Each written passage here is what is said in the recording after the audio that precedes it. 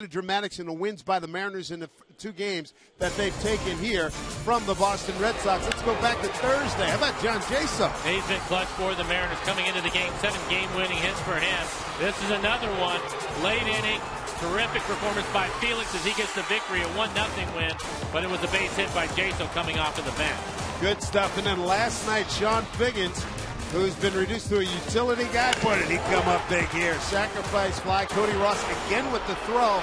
And again, Saltalamacchia can't handle it. Well, I think you have to look at the pitching of the Mariners. It's given the guys opportunities late to win some games. And with those 2 wins, they have an opportunity to win this series today. A 4-game set against the Red Sox, who have been playing good.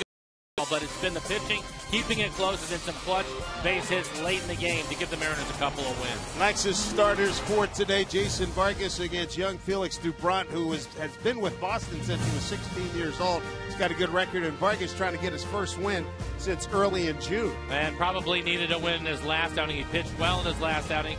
Had 10 strikeouts in it, and I think, again, for Vargas, fastball command is going to be key. You look at the Red Sox, we know about their offense. They're also 17-9 against left-handers. His changeup is going to be a huge pitch for him today. Hopefully he has it early in the game. Glad you're with us as we get ready for this finale against the Boston Red Sox before the Orioles come in for the next 3. Pull the roof back. We're under cloudy skies. The lights are on. We're ready for action. When we come back, Tom Glasgow is going to tell you more about the All-Star selection. Mariners and Red Sox first pitch straight ahead.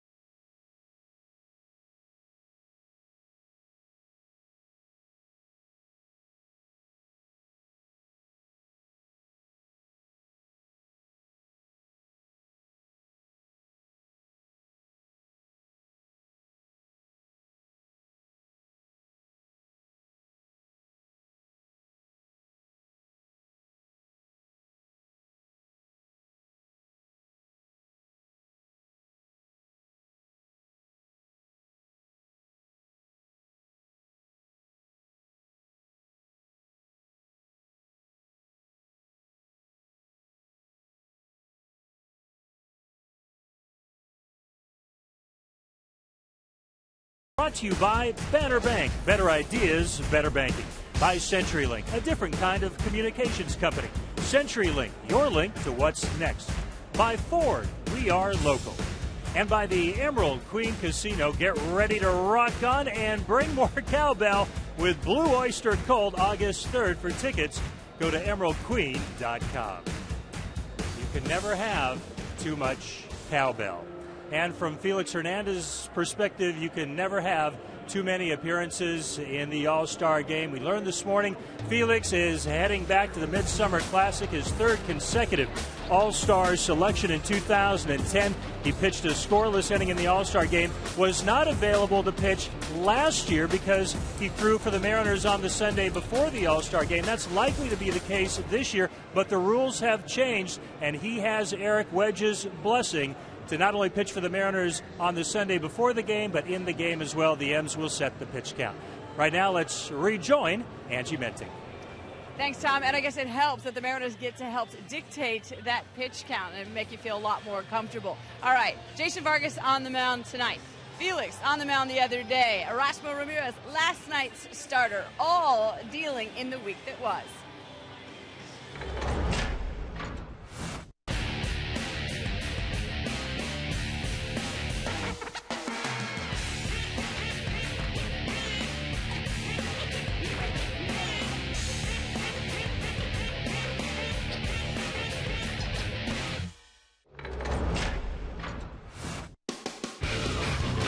That Hicks is swing and a miss.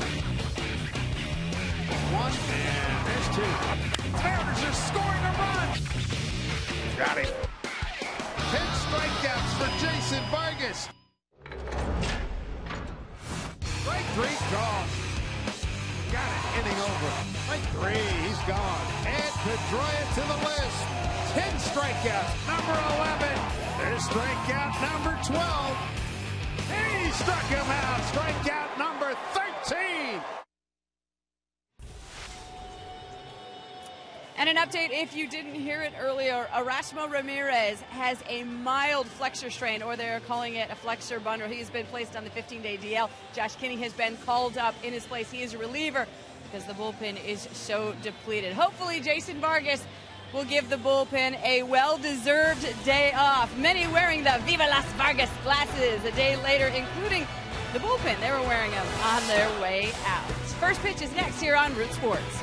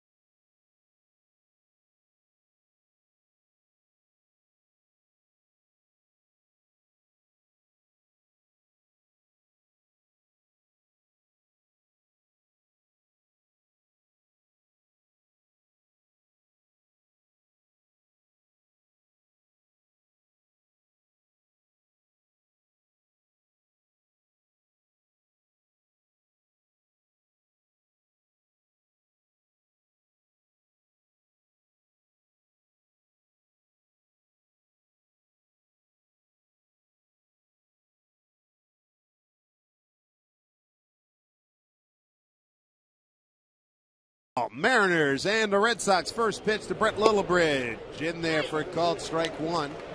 Fielding Colbert, the home plate umpire. Adrian Johnson at first. Gary Cedarstrom at second, and Lance Barksdale at third. Glad you're with us, everybody. Good Sunday afternoon to you. Happy July 1st. Strike two to Brent Lillibridge. A late addition to the lineup. Mike Aviles came down ill He had been in the leadoff spot. So Lillibridge went from the 9-hole to the 1-hole, and then they put Nick Punto in at shortstop.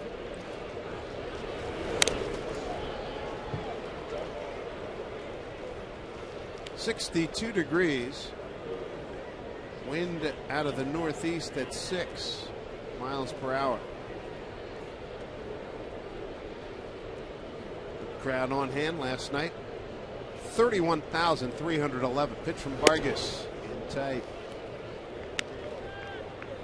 Mariners trying to take this series.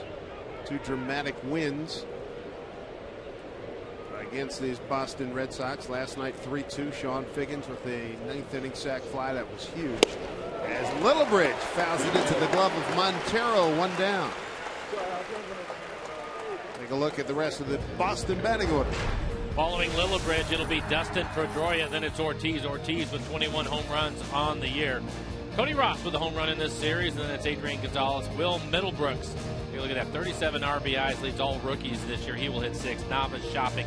And Nick Punto, the former Twin, will hit 9th for the Red Sox today. There's Pedroia, second baseman, 1 for 5 last night. That was a good series of pitchers for Jason Vargas to Lillibridge. Threw him a cutter inside and came back with the great changeup. Line drive, right field. Ichiro for the out, 2 down. All right. Take a look at the rest of the defense for the Mariners this afternoon. Saunders still ill, so he is out today. So Figgins, the hero last night, he'll get the start in left field. Casper Wells out in center. Ichiro in right. And on the infield, Kyle Seager at third. Brendan Ryan had last night off. He's back in the lineup today playing shortstop. Ackley and Smoke on the right side. And Jesus Montero not in the lineup, but he will do the catching in this afternoon's game. Numbers for Vargas. Trying to get that 8th win. It's taken him a number of starts. Last out, he definitely pitched well enough to get the win. Didn't get the win. But take a look at it. 74 strikeouts for Jason, 29 walks. First pitch to David Ortiz outside. Ball 1. Ortiz last night 1 for 5. An outstanding campaign. Shift on him. Ackley in short right field. Strike 1. Big Papi, among the leaders in home runs. 5th in the American League with 21. Top 10 in runs batted in. Pitch, a good pitch. Looked like the cutter off the outside corner just missed, but if he's going to pitch in that area, he should be in good shape today. Vargas with 10 strikeouts in his last outing. Foul back. Vargas looking for his first win since June 4th. Beat the Angels at Anaheim, going 5 2/3, 9 hits, 4 runs, all earned, couple of walks, 8 strikeouts. 7-4 victory for the Mariners. Tough June. Yeah. 7.34 ERA. Yeah, almost a month since his last victory. But that being said, he still leads the club in wins with 7.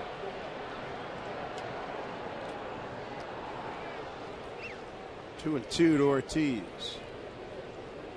I think the hope is we saw the same thing with Felix, where Felix struggled a little bit at the end of May, mid to end of May. And now he's taken off again. His last 3 outings have been outstanding, and hopefully Vargas can be back on track again. His last outing was a good one. So hopefully he's on the right path again. Congratulations to Felix, making the All-Star team again. Pulled foul.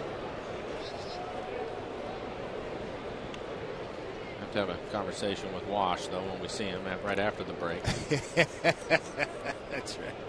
I'm talking about Charlie. They're the numbers for Felix. Yeah. He clearly is the all-star on this team. There's no question about that. Deserving. Yep. But I thought Charlie. 10-1 strikeout. And I hear you about Furbush. Swing and a miss. Held on by Montero. Ortiz is gone. Good start for Vargas here on this cloudy Sunday afternoon. Happy July 1st. Mariners coming to bat. Glad you're with us from Safeco Field.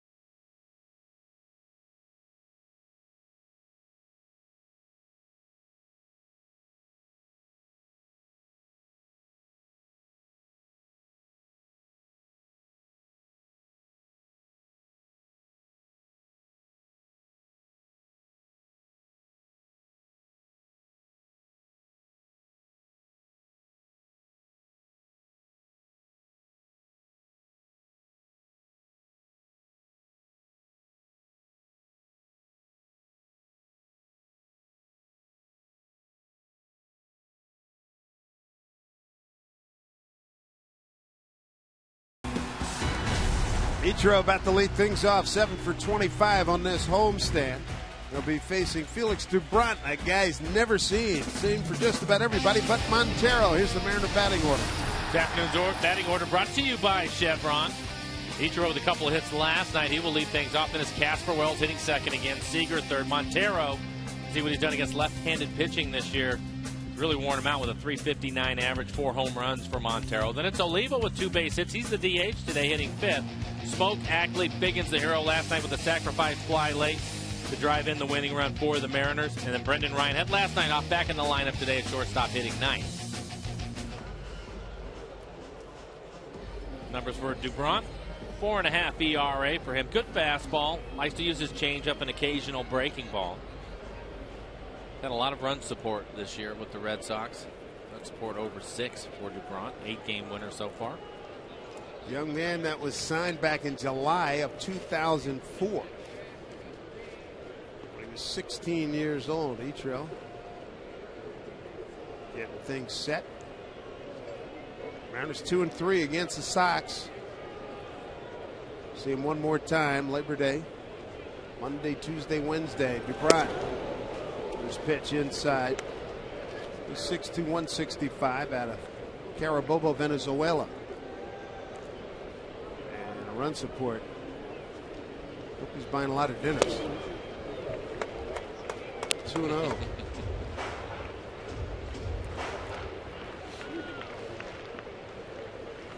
In the NFL, the quarterbacks will buy Rolexes for the old linemen if there's a minimum of sacks during the course of the year.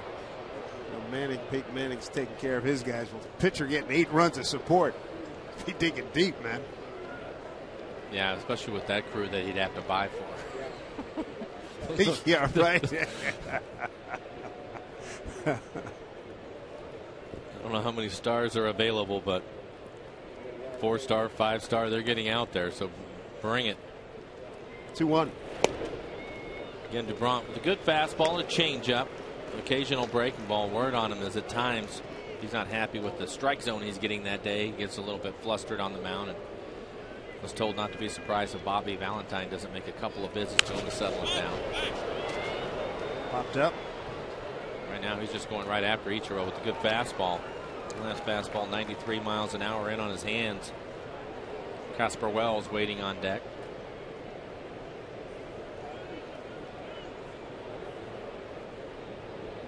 Got a 3-2 count here to Ichiro.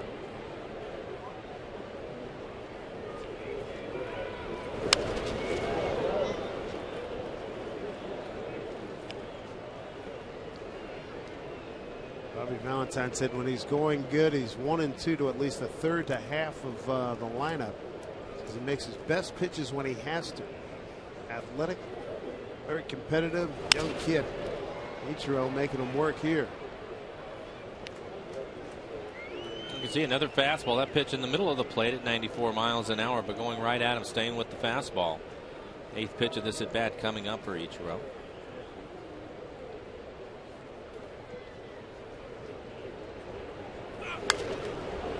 Fought it off. He did a heck of a job. He came right in the old kitchen there, right?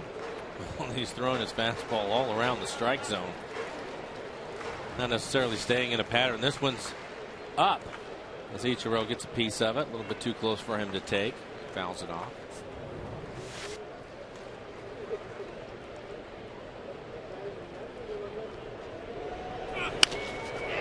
Right field.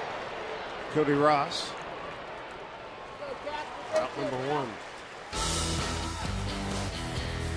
Routine play for Ross in right field. Brent Lillibridge, the former Husky, is out in center field. Nava, the left fielder. And on the infield, Will Middlebrooks, again, all rookies, leading them in RBIs with 37. Nick Punto, the former Twin, is shortstop. Pedroia and Gonzalez on the right side of the infield. And Kelly Shopik, the veteran backup catcher for the Red Sox, gets a call today.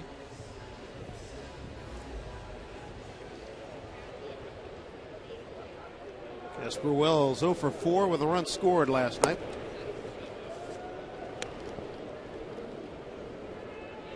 Two for 13 on the homestand.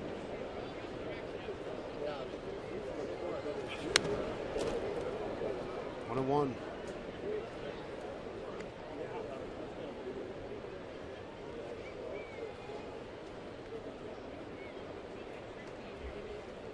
2 wins against the Red Sox in this series. That gets the Mariners' record against the tough American League East up to 4-11. Previous wins had been one against the Yankees, one against Toronto. Last time we were talking about the depth of the Red Sox and the injuries that they've had to deal with. Mariners showing a little bit of depth now too. Their 2 center fielders out. Gutierrez going on the 7-day disabled list because of the concussion. And Michael Saunders has been under the weather the last 3 days, so Casper's had to go play center field.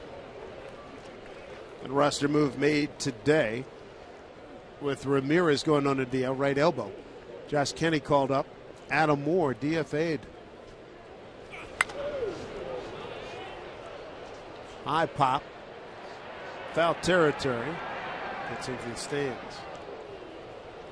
Change of scenery. It's a tough break for Adam Moore. He's had his share of injuries. We thought Goody was snake bitten.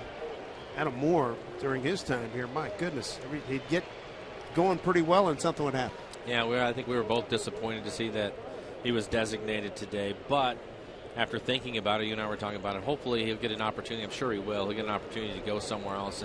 And hopefully that'll be the trick to keeping him healthy and getting a chance to move on with his career. It's been a rough go here. More because of his health than anything else. So wish him the best. Absolutely.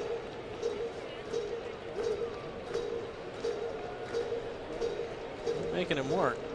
7th pitch of this at bat coming up. So far, this will be the 16th pitch. The court just 1 out. Strikes out Wells, 2 down. And for Josh Kinney, he's been around, veteran guy. Made stops in St. Louis and with the White Sox last year. Was having a good year in AAA Tacoma as this last fastball is thrown by Casper Wells. 2.7 ERA in Tacoma. Another arm in that bullpen. Nothing wrong with that. All they needed now. Yesterday with Ramirez going on the DL and only pitching a couple of innings, the guys were outstanding in the game. Biggest reason why the Mariners were able to come back and get the win. How about that? And then they had to do that again when Millwood went down. So the guys in the bullpen have had to throw quite a bit. I'm sure that Eric Wedge, when the call was made, he needed an arm out there, and he was able to pick one up for Kenny today. Inside to Seager, 1-1.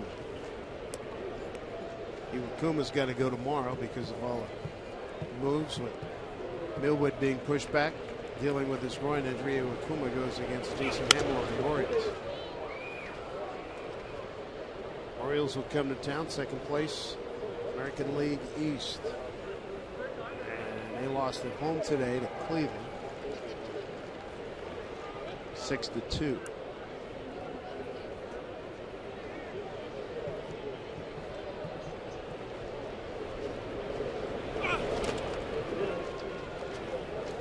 DuBrunt from the Monticello School of Grunting after a throw. It's Kenny at the cap. There he is sitting back. I think they're talking about taking that away from tennis, not going to let them do it anymore. I've read that. Not side. Doesn't bother me. I don't watch a ton of tennis like I used to, but it doesn't bother me. Oh, with me, just like it doesn't bother me that he's out there grunting away as he's firing heaters up there. Come on.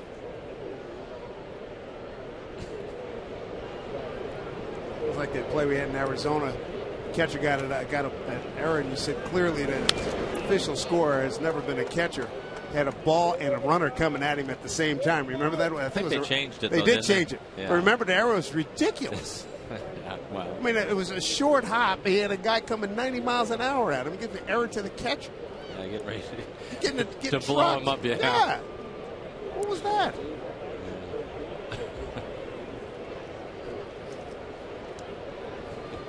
Teddy Roosevelt thing. Hey, when was the last time you put on a job? A lot of foul balls here in the first inning. DuBrunt, 23 pitches, 15 of those for strikes. Guys haven't quite been able to gauge his fastball yet. 91% fastballs from DuBrunt. He's going right at him. It has a good fastball. He's topping out at 94. That last one, not 95 on the last one. And again, this will be the 8th pitch of this at bat. Boy, done a number on his count. 3-2 here to Seager. Walked it. The young man not sharp here. See if the Mariners can take advantage. 2 outs, 1 on. And with the Orioles coming to town, Jim Thome obtained yesterday from Philadelphia. Thome was in the lineup today for the Orioles as the DH. Batting 5th, he went 0 for 4. So that means we'll see him the next 3 days. I think that's going to be a good pickup for them. Veteran guy. Yeah, he's been through it. They've had a lot of success this year. Great guy in the clubhouse. Swing and a miss by Montero. We showed it to you earlier. Montero hitting .359 against left-handers, has 4 home runs against the lefties this year. And Dubront firing away with his heater. Hopefully he can get one here and give it a ride. Not much of a breeze today. Seager takes off. Great jump. Ball hit to right field. Right at Cody Ross. A lot of pitches for Dubront. No scores. We go to the 2nd.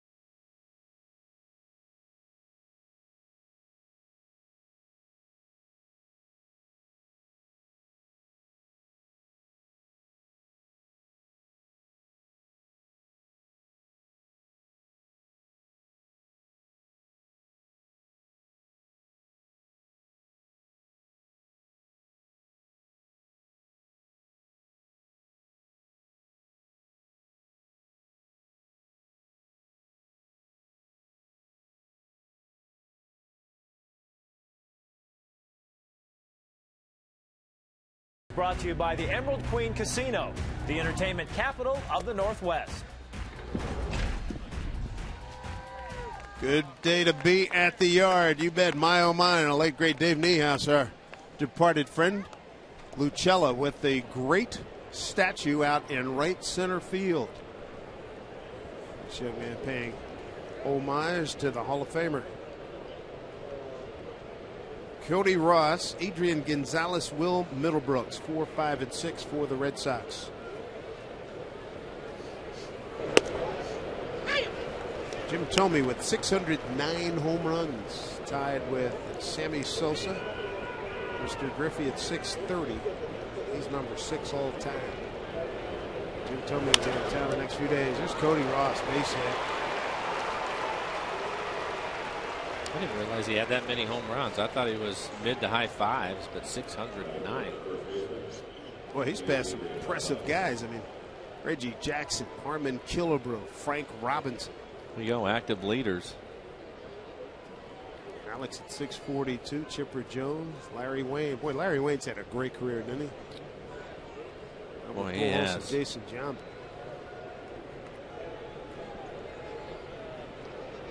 Here's Adrian Gonzalez. Not been many switch hitters put up those kind of numbers. Talking about Chipper Jones, 460 home runs. What do you have? Eddie Murray and Mickey Mantle. Murray and Mantle. That's about it. Mm-hmm.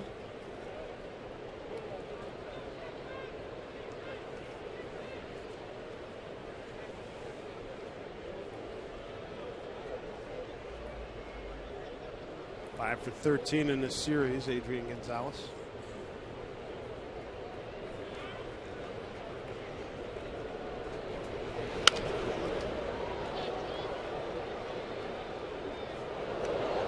Gonzalez He, along with Ortiz, been big influences on Jared Saltalamacchia, who's not in there today. Saltalamacchia, we saw him go opposite field with a home run a couple of days ago. He's worked his way up into being their cleanup hitter. Yeah. And he said Gonzalez's ability, along with Ortiz, to use the entire field. Saltalamacchia said he has gone to school on both of these guys. When you have quality hitters and superstar hitters like the Red Sox do, when you mention Ortiz and Gonzalez, and I don't care who you are, if you're paying attention and you're watching them on a daily basis, one, how they prepare, the way they go about their business, and then just watching them hit, it has to have an effect on you. 2-1. Back up the middle. Just missed it. Going to third is Ross. And I thought maybe Ackley had a chance once it hit the mound and kind of shot the ball up in the air. It was hit hard and it bounced high in the air. And I thought Ackley was going to have a chance to come up with it, but it ended up going over his head as he was diving back up the middle. Take a look at our McDonald's Supermo. This pitch is squared up, back up the middle. Again, hit hard, but it hit off the mound and bounced high into the air. There it is, and just out of the reach of Ackley. So Vargas in a little bit of trouble there, first and third with nobody out. Good young hitter coming to the plate. Will Middlebrooks as Cody Ross eases over to third. Second inning trouble here for Vargas.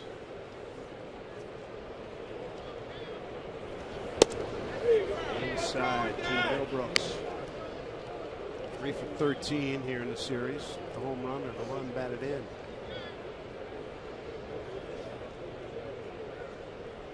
Middlebrooks a .304 hitter against lefty pitching. Down the right field line. Long run for Ichiro. It's out of play.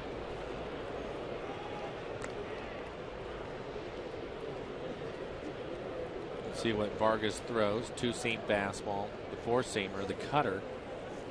Of course, the changeup at 23%, the primary off-speed pitch for Jason. An occasional curve.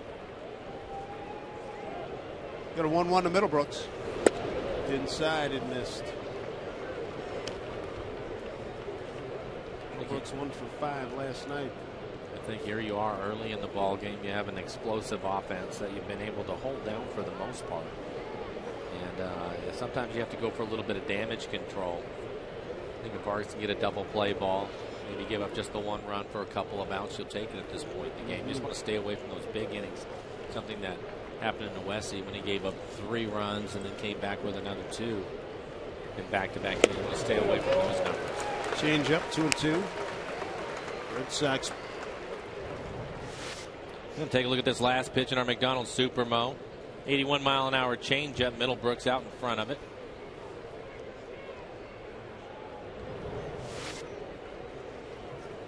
Two pitch to Middlebrooks. Struck him out. Big one for Vargas. Get that double play and get out of here. That's right. Controlling the damage. Great changeup from Vargas. We were talking about it. What a big pitch that would be for him today. He was able to back it up. Back-to-back changeups.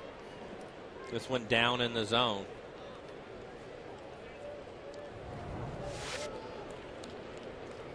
Vargas has 1 out, runners at the corners. Daniel Nava is the leadoff man the first 3 games of the series. He's 2 for 12. Bobby Valentine dropping him down to the 7 hole for today's game. Only hitting 200 off of left-handed pitching. Switch hitter, much better left-handed hitter. Red Sox profile, second in hitting. Batting average, second in runs, second in hits, first in doubles, 6th in home runs.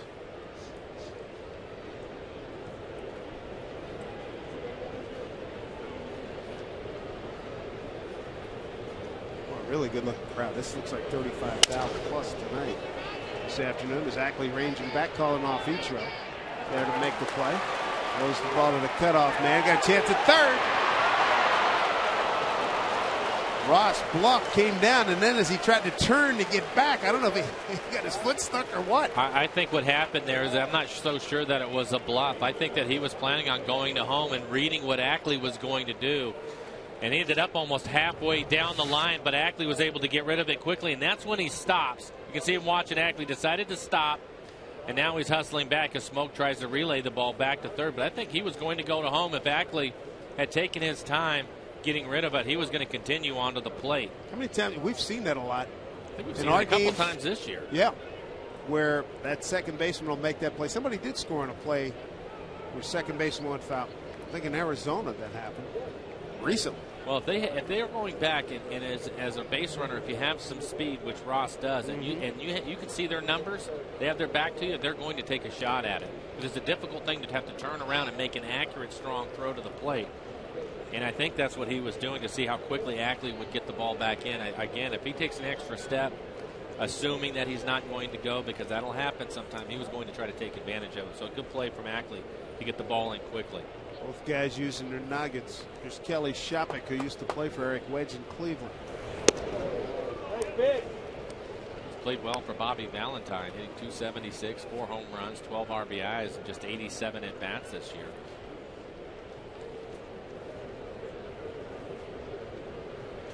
Hits, 14 of them for extra bases. Good productivity. A team that hits .270 on the season, second only to Texas. 2-0. Inning started with Cody Ross, base hit the left. Gonzalez, base hit up the middle. Middlebrook strikes out. Nava pops up, so now trying to get that third out.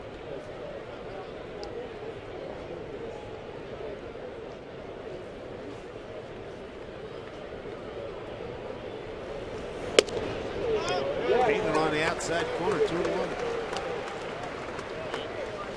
Painted black, why not? 3-0. I caught it with my hands, it's outside. It's 3-0. Oh, come on, what are you talking about? Changed his mind. Sounds like it.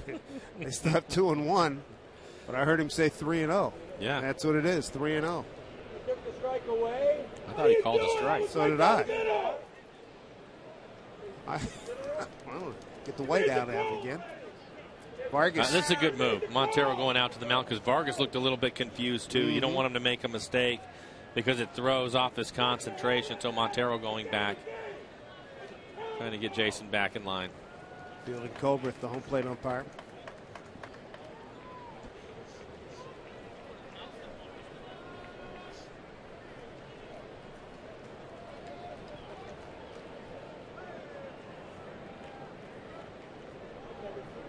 Rio pitch. Big rip. Well, that's the kind of hack. If the manager's going to give you a 3-0 green light to swing away, that's the kind of swing he wants to see you take, an aggressive one. Nick Punto waiting on deck. Hitting 197. Bobby Valentine wanting to take his chances with Shopik. A couple of outs.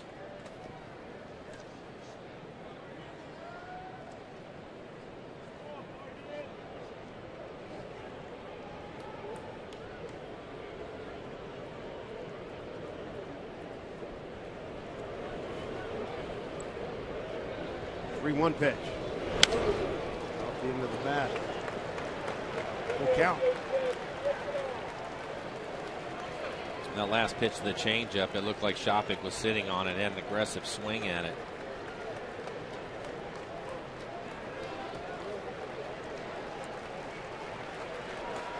Runners at the corners. Vargas trying to post a 0 here.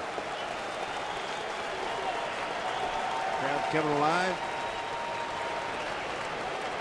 3-2 pitch. Walked in, bases loaded. First walk issued by Vargas against 3 strikeouts.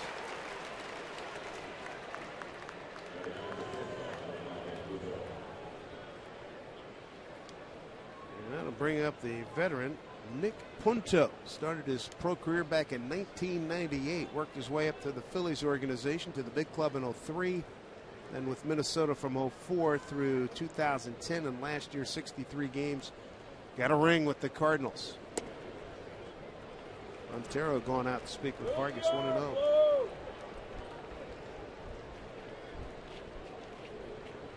I think this is the matchup that Vargas wanted. He threw Shopik the 3-2 changeup. I think he was going to make his best pitch to him, and if he walked him, okay. But if he was going to swing the bat, try to get him on the ground somewhere and get off the field.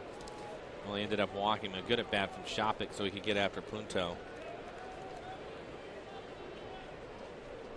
Punta 0 for 1 against Vargas' career. Of course, the key to that is you have to come back and throw strikes. Falling behind 2-0 isn't what he's looking for. How about that? Yeah. 2-0.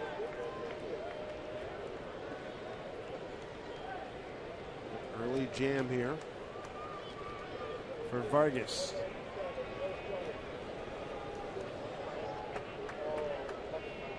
Two-0 count coming.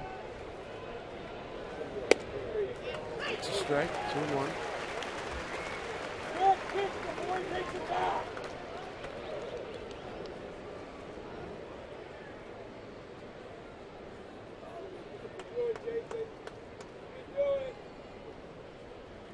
Vargas not working at his usual brisk clip. 2-1. Off speed pitch. Line drive caught by Seager. Wow. Take your breath away there for a moment. Nothing across for the Red Sox. They leave them loaded. We go to the home second. And a nice reaction down at the hot corner by Kyle Seager. That prevents any damage. And Punto, not known to be Bo Jackson strong, thinks about it. Doesn't complete the task of breaking his back.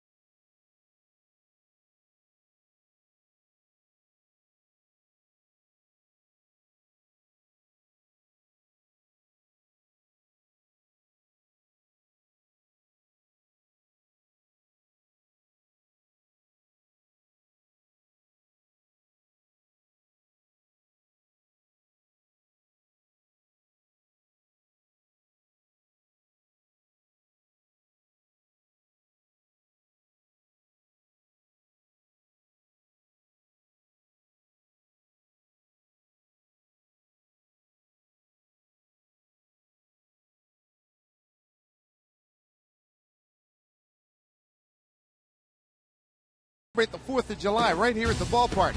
Join us Wednesday, July 4th, U.S. Bank Mariners matinee. Mariners take on the Baltimore Orioles, and note the special start time of 1:10. Get your tickets to catch America's favorite pastime right here at Safeco Field on July 4th. Get your tickets at Mariners.com.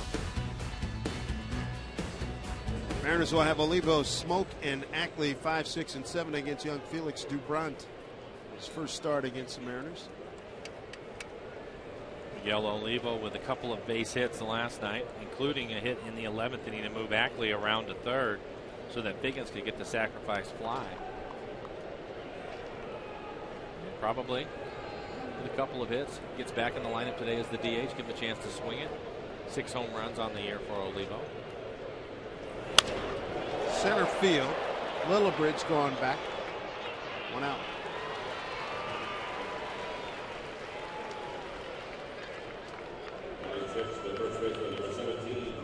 Justin Smoke coming up. 1 for 20. If you could cure his ills right now, what would you do? What would you say? Well, so much of it when you're going up and down like he has this year. Again, it wasn't too long ago when he was the American League Player of the Week, and then since then he's kind of fallen back, and it's just going to be a battle for Justin. I think the one thing that I would tell him is, at this point, you have 7 more games going into the break. Bear down, go as hard as you can into the break. See if you can get yourself feeling good going into the All-Star break so you can come back and have a big second half. Because the first half has definitely been a struggle for him. Although he leads the club in home runs, batting average-wise, it's been tough. Weak ground ball down to the shortstop Punto. Throws him out. Quick 2 outs. Tough go for Smokey for sure. One for his last 21. He was player of the week. May 28th to June 3rd. Quick 2 outs. Bring up Backlund. Dustin with a couple of hits last night. And that's one of the things I'm sure Eric Wedge and Chris Chambliss, the rest of the coaching staff, waiting for some of these guys to head in the right direction. And every now and then it seems like we get a glimpse of it. It looks like they're heading that way, and then they'll step back again. The other thing that's troublesome about this quick inning, Vargas and any pitcher, they don't get a chance to get a blow. I told Noesi was saying the other night, because when Cook was pitching so effectively, he sat down, got a drink, walked into the dugout. By the time he walked back to the other end of the dugout to a seat, it was time to go out again. Makes it tough. Cook was throwing really well. What did he throw? 81 pitches. Yeah. And we've talked about it before. Everybody has their own ideas about being aggressive or being patient, what you're supposed to do. And there's a strikeout from Ackley. But so many times the pitcher will dictate what you have to do offensively. You know it. K2-3 quick inning. He threw a lot of pitches in the first inning. Didn't need many here in the second in the scoreless ball game.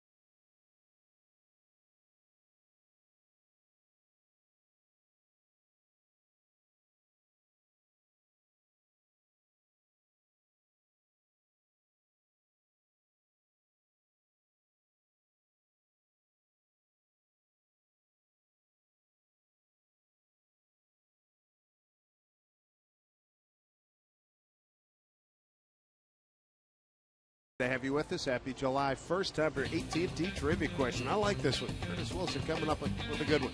Safeco Field to Fenway Park, one of the 3 AL road trips that is more than 3,000 miles, which is the shortest roadie in the American League. Yankees Orioles, Yankees Red Sox, Indians Tigers, White Sox Royals. As I play with my imaginary U.S. map in front of me, I'm going with C, Indians Tigers. Leading off, top of the order, back to the top, Brent Lillibridge. What do you got? It's a good question. Strike from Vargas. He's ahead 0-2.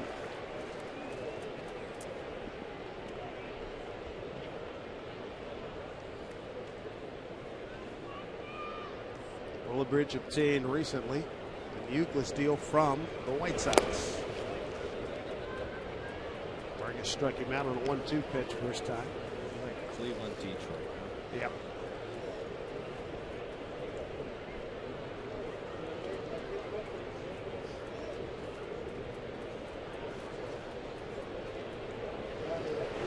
Foul back. Now it's Trebek would have already demanded an answer from you.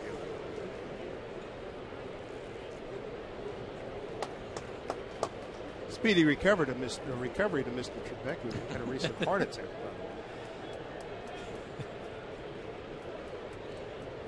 imagine them yelling at me to give him an answer now. Yeah, right.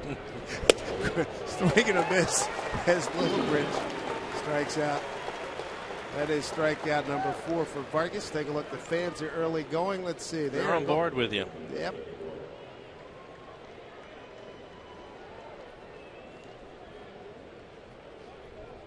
Still waiting. Curtis is awaiting your. I think you got. I think you and the fans are right. So I'm going to go with you. Just make it a bad day all the way around for Curtis. Here's Pedroia. Good looking breaking pitch. Pedroia lined out to Ichiro his first time up.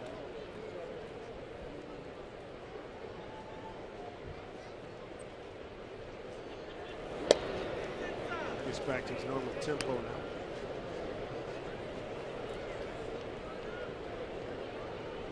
Yeah, he seems to be a little bit more deliberate when runners get on base. Yeah. Last inning, he really slowed it down, probably knowing it was an important part of the ball game, even though it was just the second inning. Say it often. Don't have to always win a game in the 9th inning. Yep. Ahead of Pedroia, 1-2.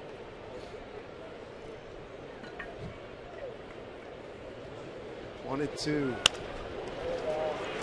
Brendan Ryan, good to see him back in the field. Throws out Pedroia, quick 2 outs.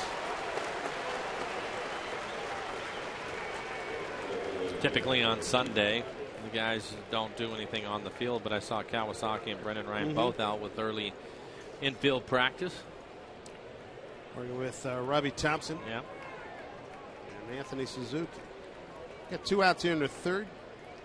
David Ortiz, he K'd on a 2-2 pitch to end the 1st inning.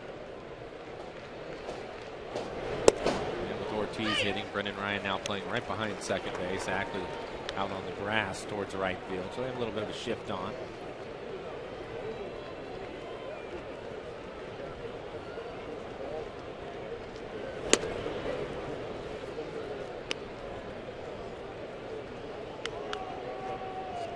Count even at 1-1.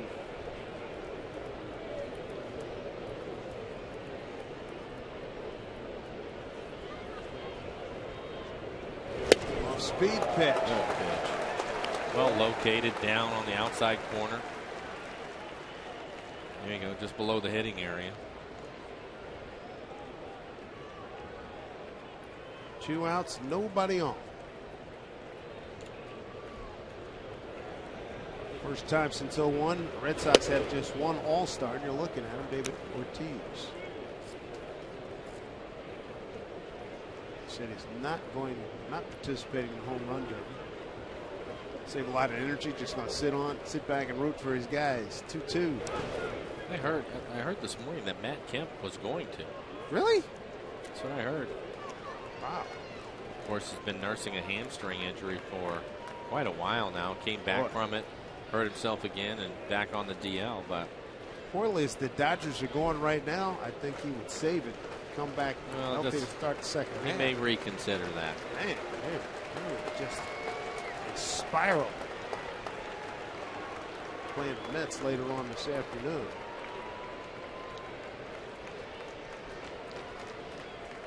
The 3-2 pitch. Outside to Ortiz, second walk. Issued by Jason Vargas. Make sure you join us this Tuesday. Felix's next start, we're going to celebrate the holiday early with a red, white, and blue edition of the King's Court. For $30, you're going to grab a seat in Felix's Royal Seating section, a K card, plus a special 4th of July King's Court t-shirt. Pick up your ticket right now, Mariners.com/Felix. Red, white, and blue, baby, for the 4th of July.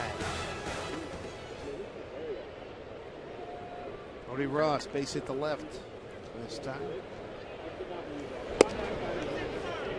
See Jason trying to work hard inside to all of the hitters. That's an important part of what he's doing. That last pitch just missed the inside corner, but he has to get in there to keep him honest. Otherwise, he'll just start hanging out over the plate looking for his changeup.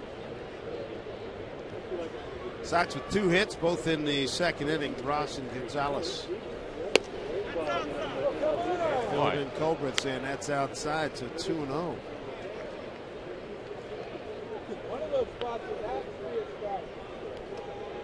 Close pitches, didn't get the call on either one of them.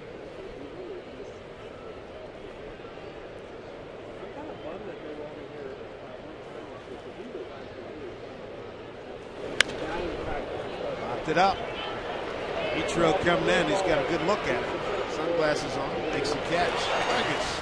Nice job to get out of that. In the third. Home third coming up. You got Figgins, hero last night. Ryan and Ichiro coming your way here at Safeco Field.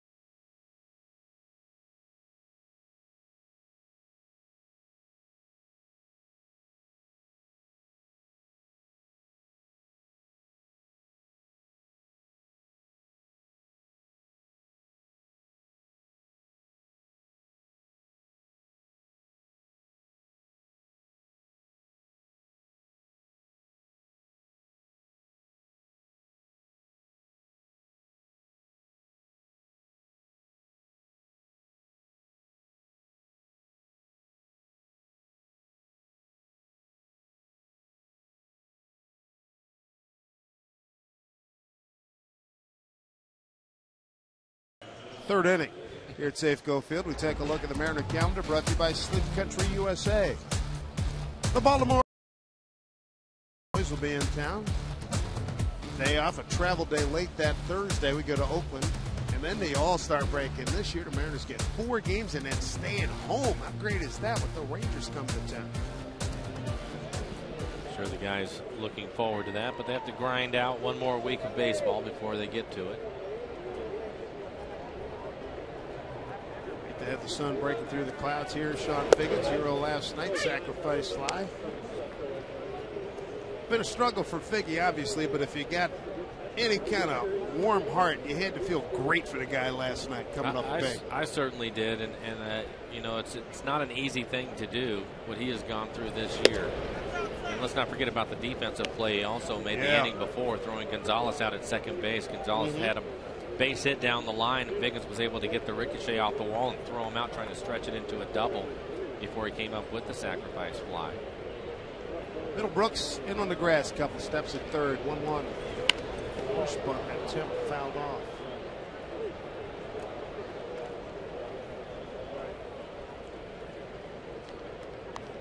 That's such a great play if you can get it down past the pitcher towards second base.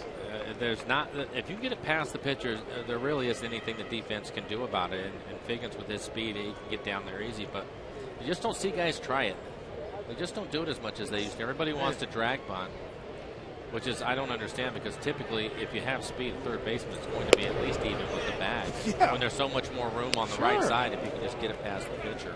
And this guy's left-handed falling off towards third base. Right.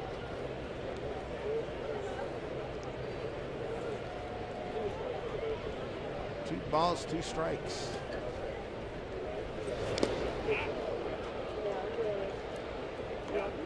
Full count now. Bringing Ryan on deck.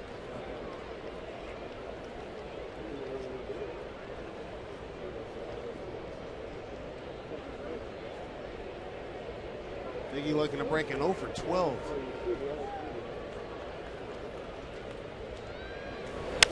And he does! Attaboy! Base hit to center. Lead off the third.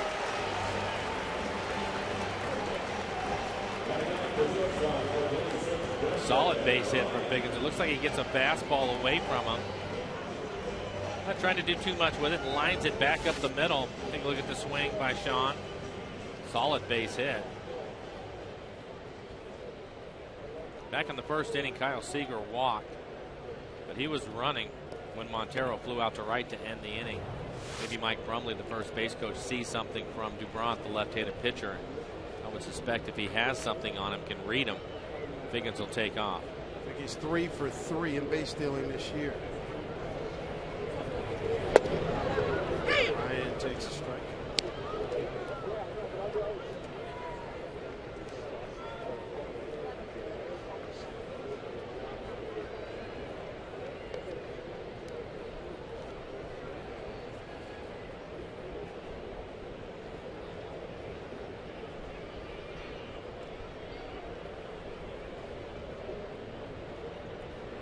Brooks in at third.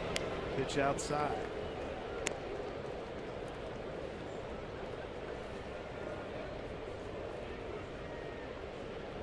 LeBron missed with that breaking ball, but still primarily fastball, still well over 80%.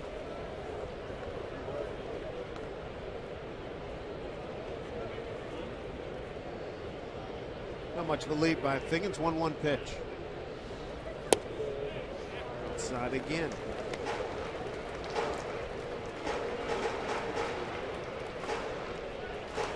And a struggle for Ryan too. Homestand 1 for 12. And 0 for his last 7.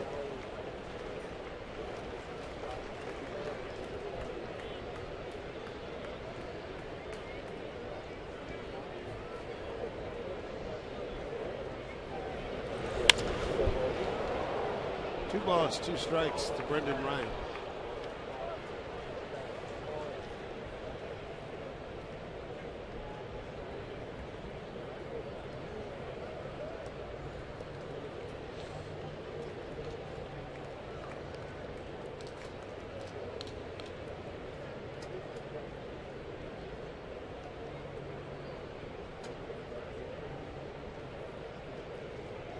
Two pitch.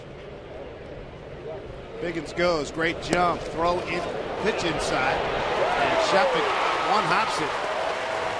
The fact that it was inside and Ryan had to jackknife out of the way really affected Shepard's ability to get that throw off. Stolen base for Figgins, he's 4 for 4. And you're absolutely right. Brendan Ryan ducks for Shopik. He actually doesn't have to do that. He can stand there if he wants to, but he ducks down. But I think because it was still behind him, Shopik not able to follow through with his throw, and short hops it in second, but that'll be a stolen base for Figgins. See if Brendan can hit the ball the other way and move him around to third. Giving him a big hole on the right side. Pedroia trying to keep Figgins close at second base. Ryan, an earlier peak this season's 221 batting average. Another great jump by Figgins, swinging a foul back. Oh yeah, man, he had that stolen. Yes, he did. There's nothing Brendan can do. He's in a 3-2 count. He has to hack if it's a strike, and that's what he did. But Figgins had a great jump. Take a look, and you can see Figgins how quickly he gets into it. Shopik coming up to throw, but I think he has that stolen.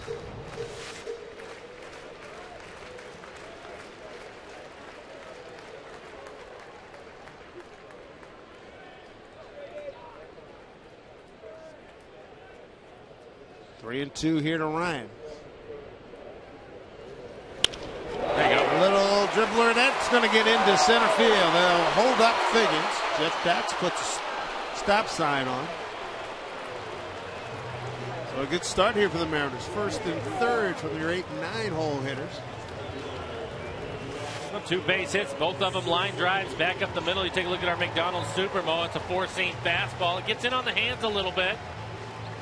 For Brendan Ryan, that is good team baseball, trying to hit the ball the other way to move Figgins up. If he makes it out, he wants it to be productive, and because of that, he ends up with a base hit. Mariners have a little something going here in the third. And with his 37th hit, Vitro can drive something. Flied out to right, long at bat. Dubront basically was just pounding him with fastballs in on his hands. See if he stays with that pattern or tries to change up now that they're in scoring position. Dubront threw 26 pitches in the first inning. Ryan back safely. Ryan's 5 out of 8 base stealing.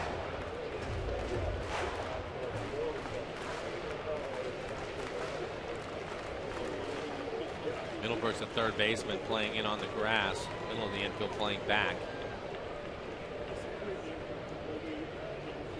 Nobody out, runners at the corners.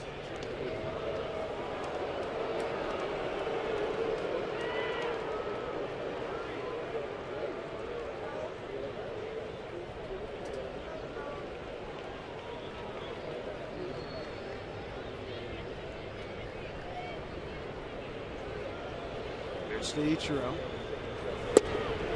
And there for a strike.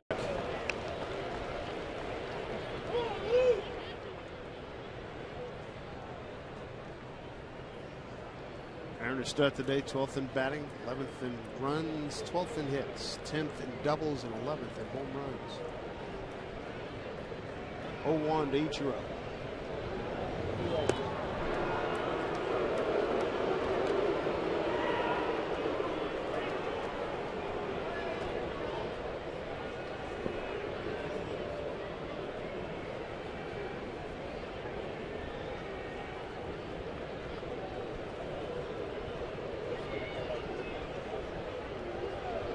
Bricks, he's in on the grass at third base again. 0-1 to Ichiro. Strike two. He hasn't changed up his pattern. It looks like two fastballs. One on the inside corner, that one on the outer third.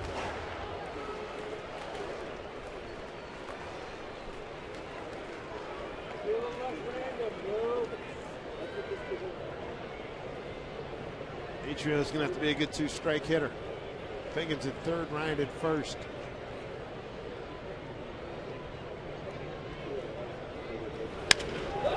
Left field, and Nava gets under it. Figgins tags. He'll score easily. Ryan goes about a third of the way. Blocks. Ichiro comes through with an RBI. Sacrifice fly. Mariners have a 1-0 lead on Ichiro's 27th RBI and his 4th sacrifice fly of the season, taking over the team lead. DuBrant, it's all fastballs. This one up in the zone. It's an easy pitch to get in the air if you decide to swing it. Ichiro does. Gets that one off the barrel, drives Nava back. Easy sacrifice fly as Figgins scores. So DuBrant looks like he's got some medical issues now. Bringing him a towel.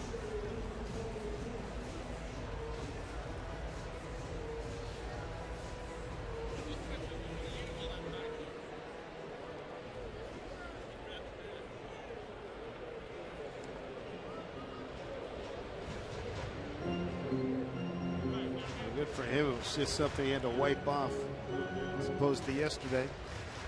Erasmo Ramirez set down the first 8 men that he faced and had to leave with what we now know as an elbow injury. 1 out, a run in. Brendan Ryan at first. Here's Casper Wells for the second time. He struck out on a 2-2 pitch.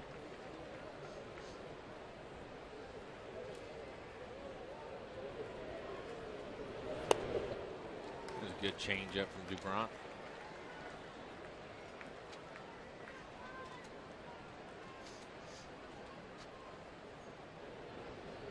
You reminded me the other day about Tampa Bay was a crew with the best changeups among their starters. It seemed like this whole generation of pitchers, everybody's got the great changeup anymore. But those guys in particular, that was so impressive those 3-4 days we were down at Tampa. Yeah, I'm wondering if organizations and pitching coaches, we should probably talk to Carl Willis about it, but I wonder, you don't see as many guys throwing splits as much as they used to. Most of them going back to just the changeup. Most of them the circle change.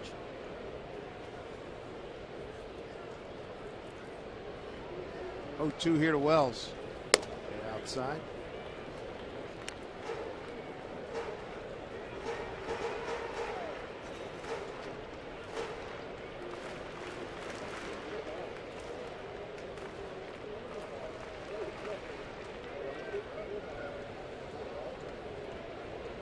One-two pitch. Struck him out. Strikeout number 3 for DuBrant. Second time he's gotten Wells. 2 outs here in the third. AT&T trivia question. Shortest AL road trip. I went with C. So did the fans. What'd you go with, Mike? I went with C. You went with C. We're all riding. What do we got? Survey says yes across the board. Don't shoot this, but we're doing a dance in the booth. Curtis will have a day and a half to try to get us.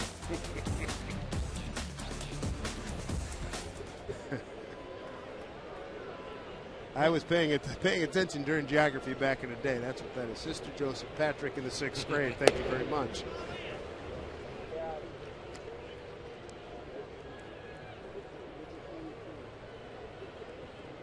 Okay, I'm ready for Brendan Ryan to steal a base now. 2 outs. Mariners have tried to run twice. Seager back in the first, and then Figgins with a stolen base. Get himself into position to get the Mariners their first run. Not advocating reckless, but I thought we'd see a lot more giddy up than we have seen. Club's 9th in stolen bases. Yeah, I would agree with that. I thought that we would too. 1-0 here to Seager. There he goes. Almost hitting. Throw by Shopik into center field. Going down to third is Ryan. Stolen base for Ryan is 6th. It's great when a plan comes together, isn't it? Sure is. That'll be a stolen base, E2.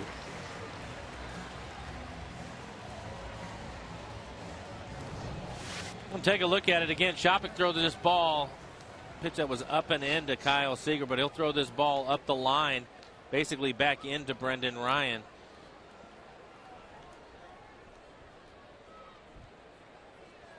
Punto not able to keep it on the infield. Brendan will move down to third.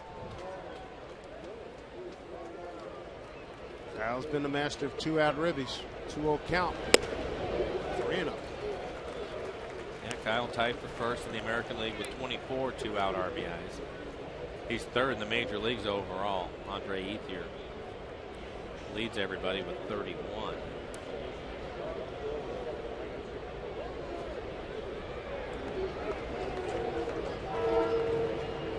Rio. And he's aboard. Second time he's walked Seager.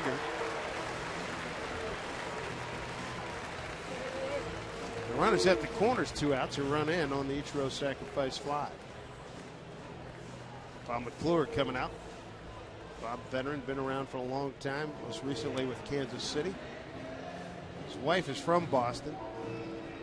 And when he got the offer to be the Sox pitching coach, she didn't have to say much. I think we can understand that. Going over the scouting report again on Montero. Take a look at our CenturyLink high-speed pitch. Dubron 95, Vargas at 90 today. But I think with the job that Montero has done against left-handed pitching this year, I think they explained to the young man, be careful here. Vargas was in a similar situation with Shopik, and he had Punto on deck. He ended up walking Shopik and ended up getting Punto out on a diving play by Seager. Montero, first time up, fly to right, trying to break an 0 for 14. Way too many offers on this ball club, as you know. Mariners come in with a team batting average of 199. You know, on this homestand, though, the thing that's interesting about it is their pitching has been so good that, again, they have a chance, even with the struggles they've had offensively, because of their pitching, they have a chance to win this series, a 4-game set against the Red Sox.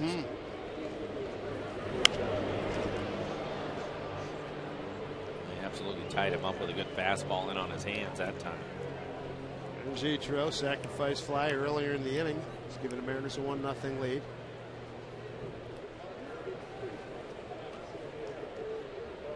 Get greedy, why not? A few more. Ryan's at third, Seager's at first. A couple of high pitch innings for Dubron in the first, and now 27 pitches coming up here in this inning.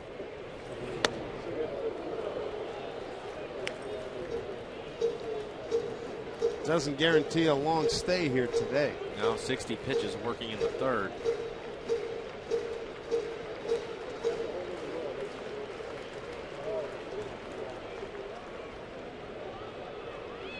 Straight away and deep is how they play Montero. He's got a 1-2 count. Way off, and boy, before he even let it go, Dubron knew he was way off. 2 balls, 2 strikes. Well, he's working him awfully hard here. He hasn't thrown a pitch in the middle of the plate yet. In fact, just one of them on the plate, and that was a fastball that was away on the outside corner.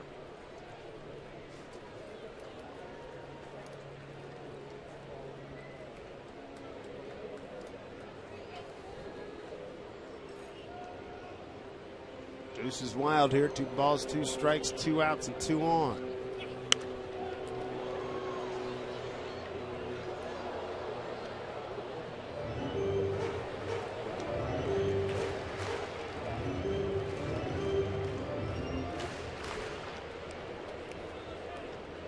Like Franklin Morales, who pitched a couple of days ago from Venezuela, so is Felix Dubront.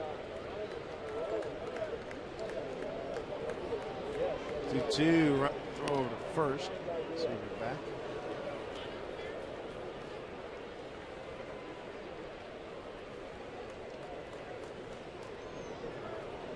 There you go, 26 in the first and now 30 here in the third. 2-2 pitch to Montero. Foul off again. Boys in the bullpen may have to get ready a lot earlier. Didn't see it, but somebody must have made a heck of a catch. Oh my goodness, that was a big reaction. Had a glove up. Hey, a little kid up there, a little left-hander, reached up and made a catch. All right. Good for him. There he is. Oh boy. It's funny seeing Dubront's reaction after he threw that last pitch in the foul ball. Just had his hands on his hips. Wondering what he has to do. 2-2. Popped it up. Right fielder coming in, Cody Ross. And that'll do it. Mariners do get a run. Sacrifice fly by Ichiro. Leaf 2. They've got a 1-0 lead.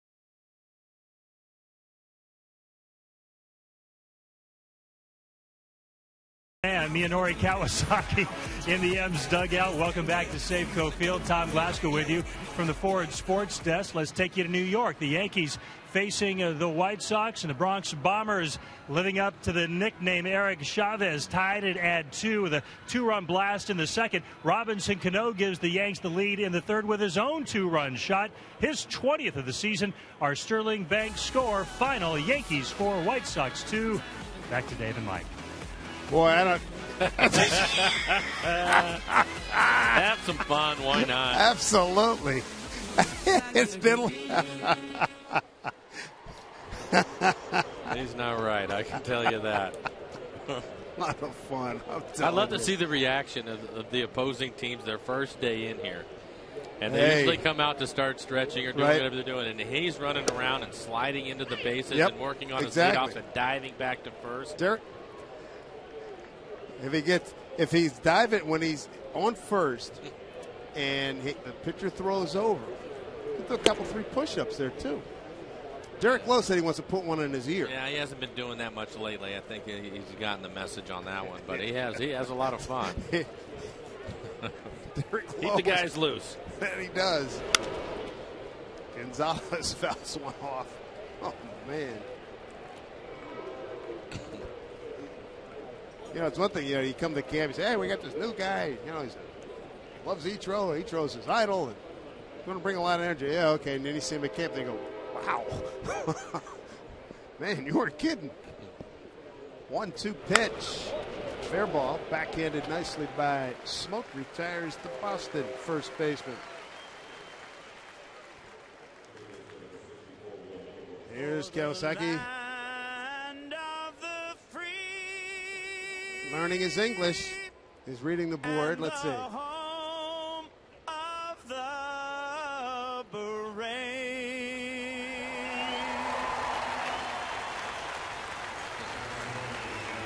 There we go. Very respectful. Like a lot of cab drivers have been in the back of their cars in Manhattan. How'd you learn English? Country music. Country and Western music. Really? Yeah. Well, compared to a lot of the other genres, you can understand. It's in freaking English. You can understand it. Slower paced. 1-1 in Middlebrooks. Where are you from? Ghana. Who do you like? Johnny Cash. Good changeup.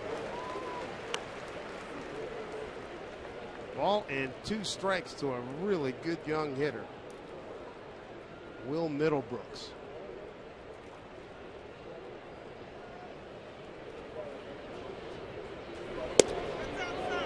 Outside, says Fielding Colbert. Looked like he tried his cutter, throw it off the plate away and get it on the outside corner. Just missed with it, but a good pitch. 64 pitches overall for Jason. 38 strikes. 2 balls, 2 strikes. Vargas today struck out 4, walked 2. Struck out Lillibridge twice. He's got Ortiz and Middlebrooks. And he's walked Ortiz and walked Shopik. 2-2. Long run for Ichiro towards the line. Foul territory. 2-down.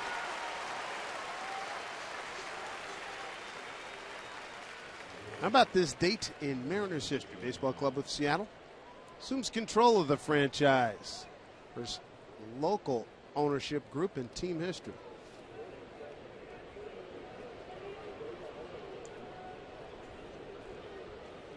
Really, 20 years ago, huh?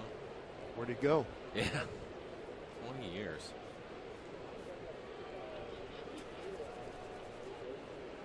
Daniel Nava, the hitter, popped to second.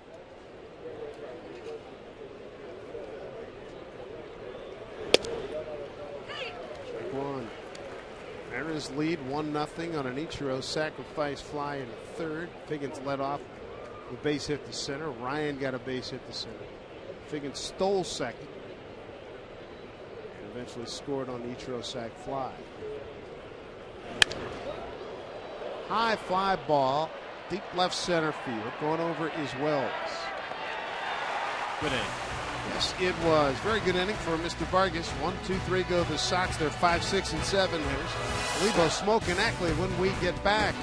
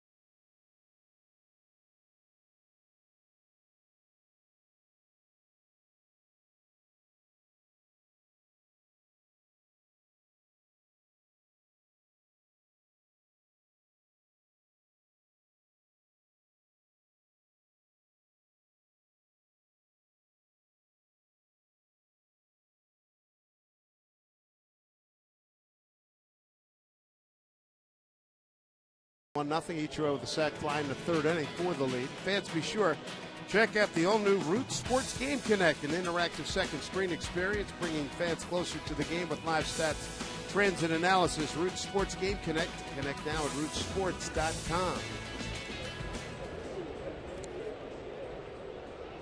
Mr. Olivo will lead it off against Felix Dubron. Drops a breaking ball in there for ball one. He'll hit the ball hard his first time up. Right at the center fielder for an out.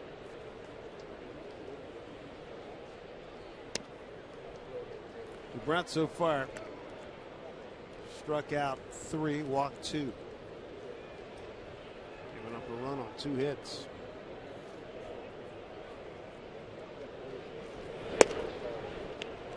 It's gone 3-0.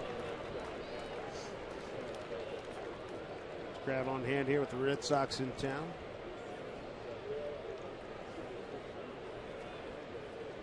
Crowds have grown each and every day here. This is the 4th and final day of this series.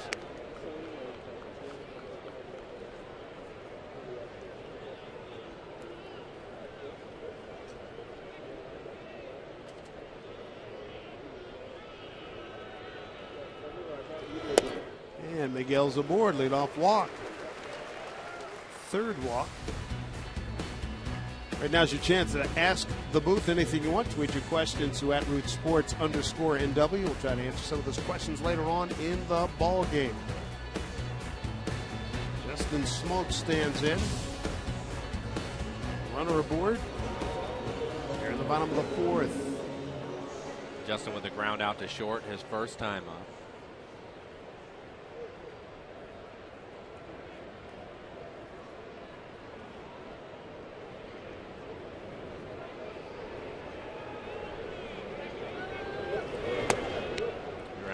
Justin his first time up in something I would say to him. I think the other thing too I would tell him is stay aggressive. So many times when you're struggling, you're trying to find that perfect pitch to hit, and it rarely comes to you. And I think if you do get it, because you're kind of passive in your approach, you'll end up missing it. I would tell him just get your hacks in. A moving bat can be a dangerous one. Just go ahead and let it fly. Count evens at 1-1. I think that's sage advice. Bang your way out of a slump, you right? Have to. That's the only way you're going to get out of it. You have to swing your way out of it. Can't pity pat it. No, be aggressive. Get some pitches early in the count. We're talking about it, a number of guys, but you start falling behind consistently, it makes it difficult.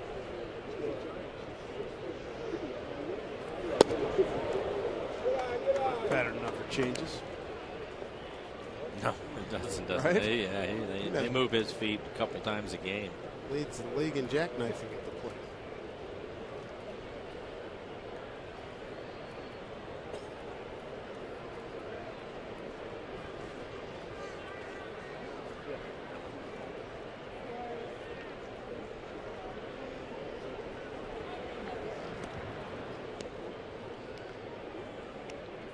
Olivo certainly runs well enough to steal a base, but I think his overall health is something they would be a little bit concerned about. He's been running well lately. What did he pull earlier? Was it a groin or a hamstring, Olivo? Groin. Yeah. The bunt that was out front. That's right. That is right. Matter of fact, it was here. And you had just talked about, you'd had a conversation with him.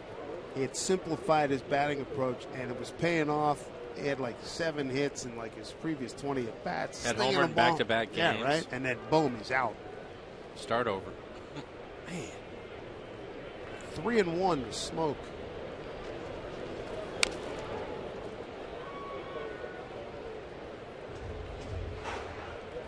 Dustin Ackley waiting on deck.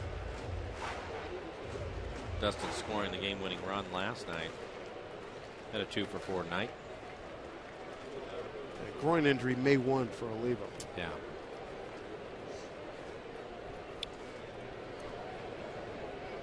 Full count here to Smoke.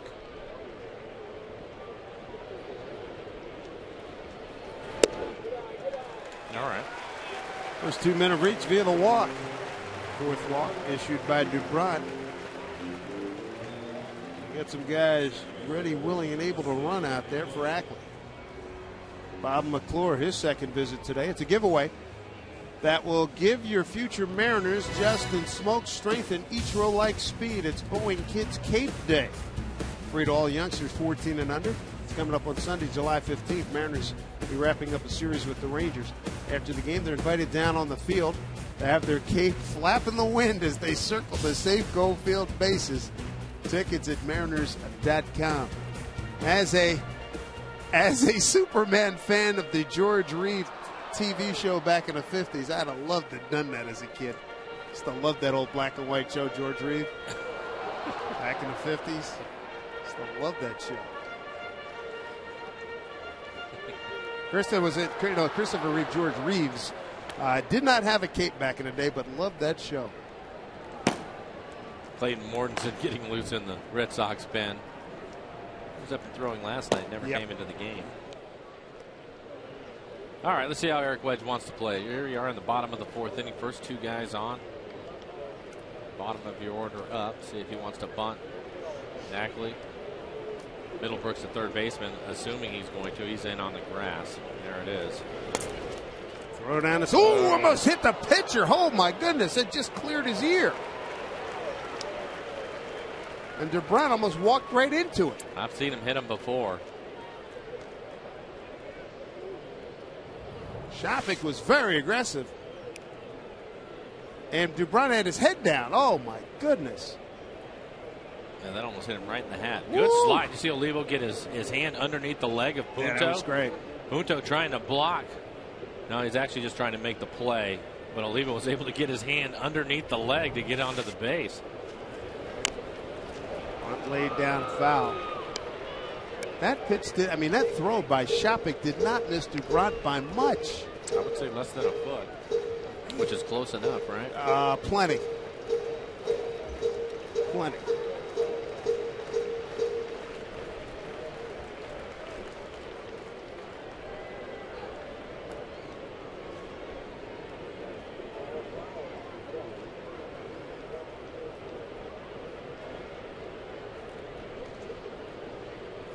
Got a 1-1 count.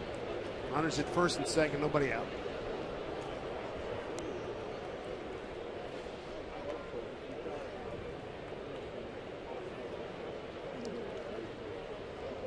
Middlebrooks in about 3-4 steps on the grass at third base. Gonzalez ready to charge. 1-1 pitch, breaking ball in there for strike. So 1-2 count now to Ackley. Take a look at that last breaking ball, 75 miles an hour, right around the middle of the plate. Ackley with no sacrifices this season. A guy during the course of his career, he has 3 in the minor leagues. I would assume with 2 strikes, Eric will take the bunt off and let him hit now. 1-2 pitch. Slow breaking ball up and in.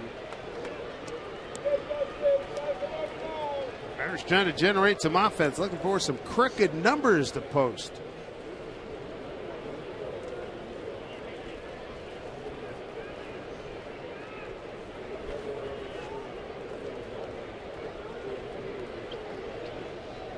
Two.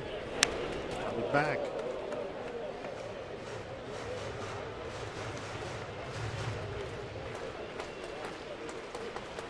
$80 pitches. 80 pitches, 47 strikes. First pitch strikes, faced 16 batters, 10 first pitch strikes for DeBron.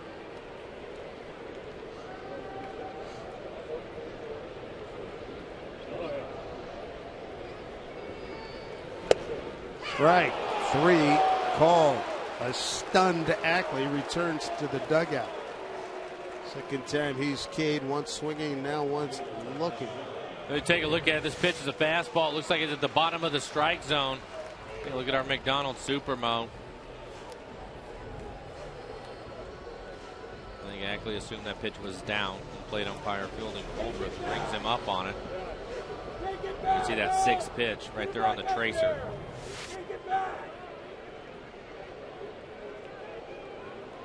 There's Sean Figgins, solid base hit to center field. First time up. Scored the Mariners' lone run. One.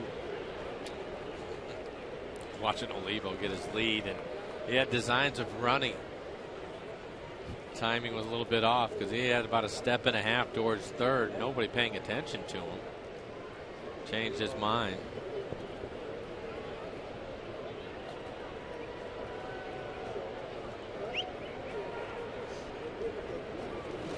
Two men on, one out. Bounced up there. Olivo thought about it. Oh, now they got him caught. He's angry with himself. Now he wants to get Smoke down to second if he can. Smoke needs to go now. There he goes. Smoke's going to second, and Olivo will give himself up. Punched his hands. Yeah, second guessed himself. Yep. 2-4-5 on the put out.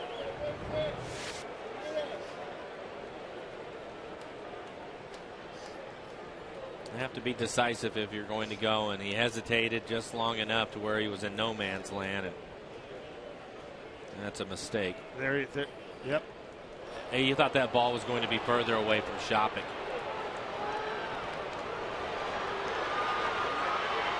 That was a great shot right there because you could see the timing of it. When the ball was in the dirt, Miguel took off running. I think he assumed the ball was going to be further away. Shopping picked it up. Looked like he took about a step and a half. He would have been out at third if he kept going and decided to shut it down.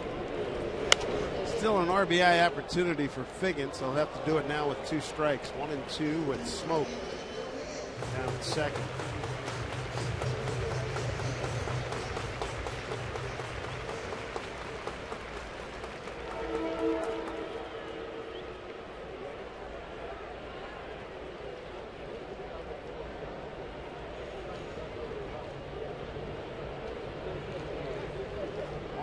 One and two.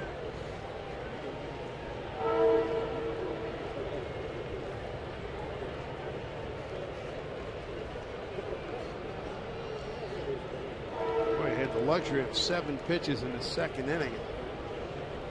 Things just multiplying on him. 1-2.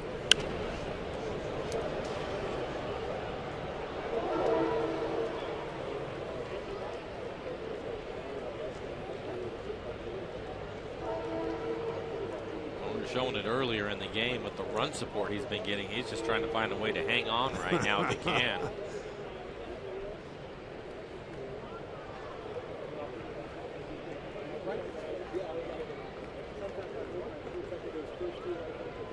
On 2 pitch. Breaking ball hit foul. Sean's up there fighting. Great at bat last night. Sac fly to win the game. 6th pitch of this at bat coming up. Vargas waits.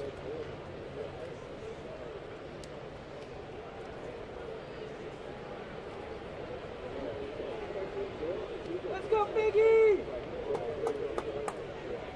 A lot of room out there. 1 and 2. Middlebrooks. Nice grab. And throws out Figgins. Mariners threaten. Don't score. 5th inning coming up. Mariners lead 1-0.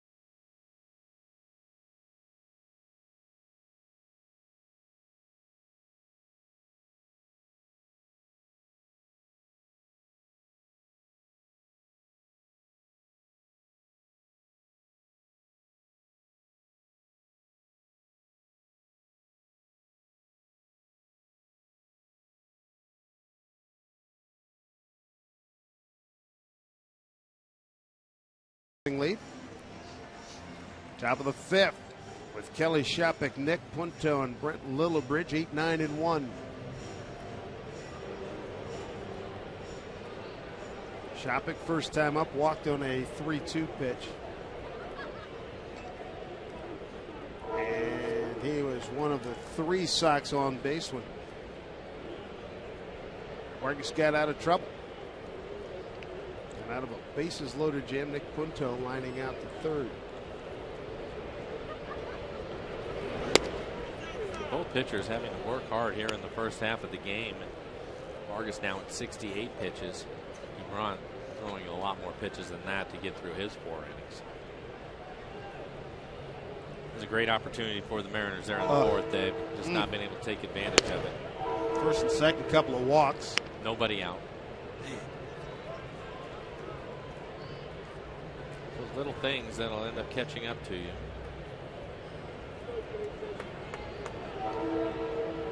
Vargas 2-0.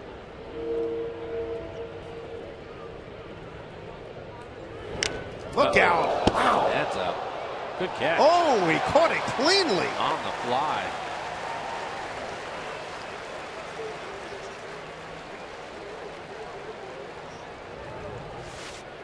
Hey, look at this swing and just fires it into the stands, and a great catch by a fan. Oh, man. He saved some people over there. Glad he wasn't getting changed from a 6-pack of beer.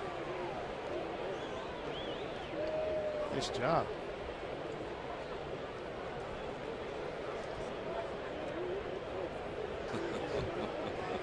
Boys at the boys at the fish market over at the should audition that guy. Maybe he passed his audition right there. I think he just did. Yeah. Well, those fish don't have pine tar on them. I sure as heck hope not. 2-1.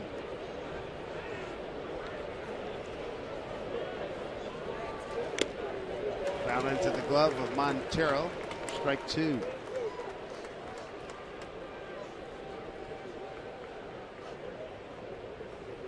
Well, you see it all at the ballpark. Aaron Cook, 81 pitches, 2 hours and 18 minutes. This completely at the other end of the spectrum. So Braun has to be close to 91 pitches just to get through 4 innings. Yeah. 2-2 here to Shopik.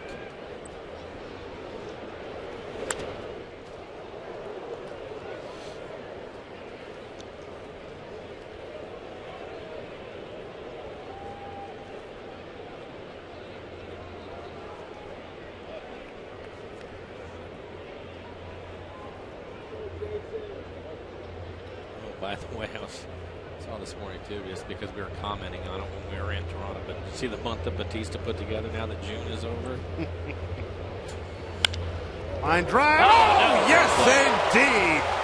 Nice play by Seager with a quick reaction. That thing was scorched. That's the second one. Another one he had to dive for when the bases were loaded off the bat of Punto. He had a diving grab of a line drive, and this is just right at the end of the webbing. And able to hang on to it, but good reactions from Kyle Seager over at third. Catches the ball actually behind him. Good play.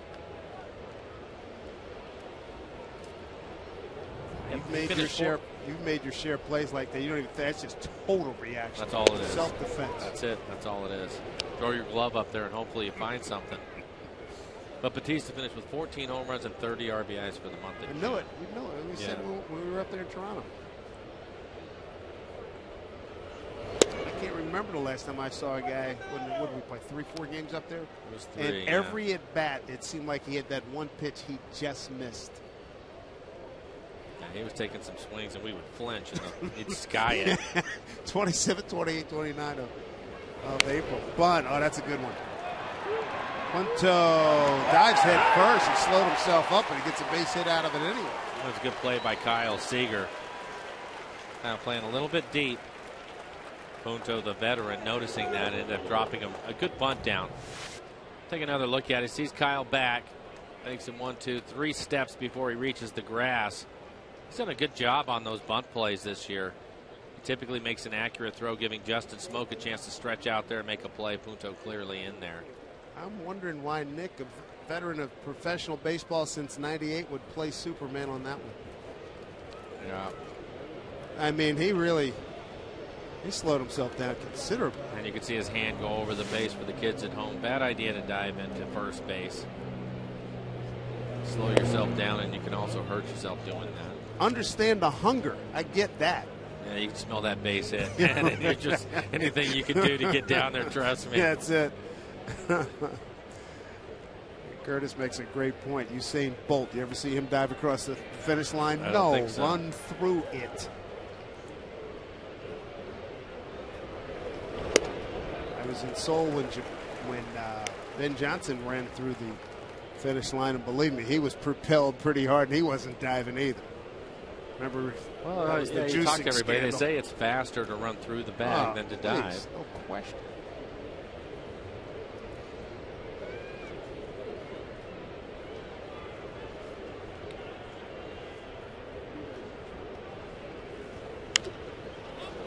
Popped it up. Each row. Out number 2 as Little Bridges retired. Dustin Pedroia up next, and time for the Banner Bank Building to the Future. Andrew Caraway continues to get it done. A complete game 2 hitter, 1 run, 7 Ks, and you'll note no walks in an economical 109 pitches. Good for him. We featured him probably 3 or 4 times this year on the Banner Bank. Indeed. Having a good year. Next pitch will be number 80 for Vargas. Pedroia. Fly ball, center field. Can of corn for Casper Wells. No runs, 1 hit, no errors, a man left. Home 5th coming up. Mariners holding on to a 1-0 lead.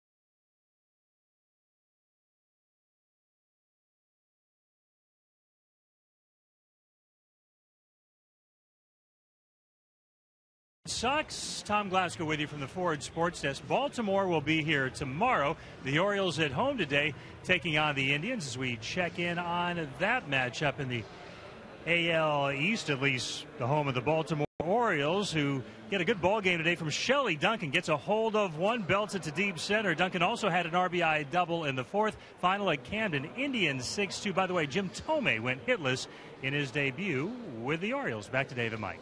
All right, thank you, Tom. Our favorite, Jim Thome, he and the Orioles, they'll be in town tomorrow. Ryan shows bunt, takes ball 1.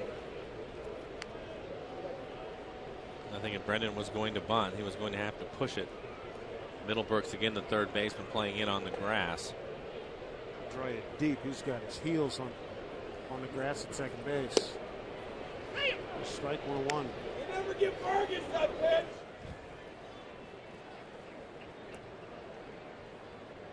Terrible.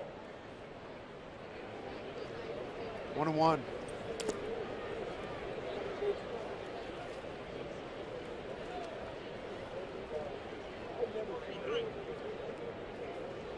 Ryan, Ichiro, and Wells. Mariners on a 1-0 lead. Third inning, Ichiro a sacrifice fly after Figgins and Ryan got base hits. There were a couple stolen bases in there. And there for strike 2. Fourth inning, Mariners got a walk to Olivo, walk to Smoke. And Olivo got caught in a rundown. Couldn't score. 2-2 to Ryan. That'll drop in. Yes, sir. Base hit. 2 for 2 day for Brendan Ryan. Going up the middle, Mike. Yeah, we were talking about him. You take a look at this swing on our McDonald's Supermo, but both base hits back up the middle, as Dave mentioned, and this is something he's been working on, and it's finally starting to click for him. And it's good to see him put all that work in and start to benefit from it. And also has a stolen base.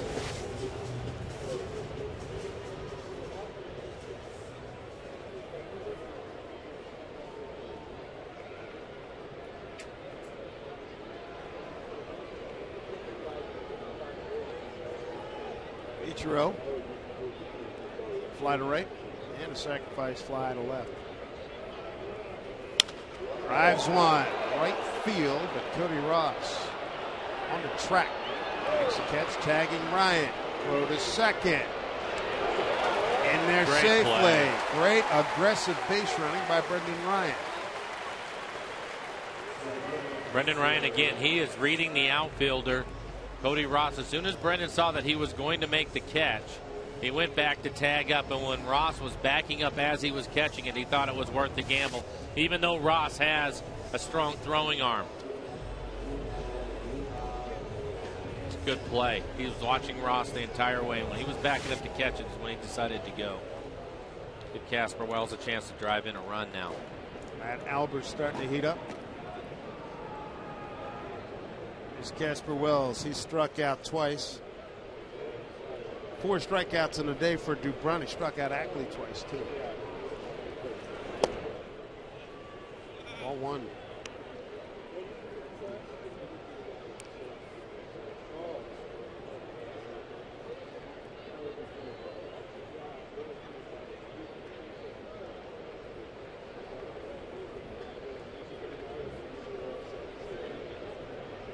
Ryan takes off a super jump. No chance.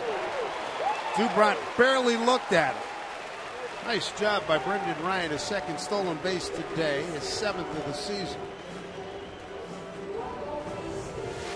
Again, the huge jump. He's almost halfway there by the time Dubron actually has his arm coming forward to the plate. Shopik able to see everything in front of him. Didn't even come out of his crouch to make a play on it. Casper in a 2-0 count now. The Red Sox will bring their infield up, trying to cut the runner down at the plate with 1 out.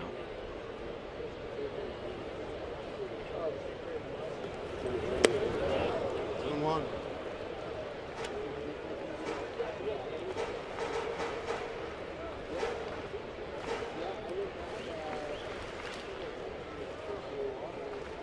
The Mariners 1 for 4 runners in scoring position so far here in the game. 2-1 to Wells.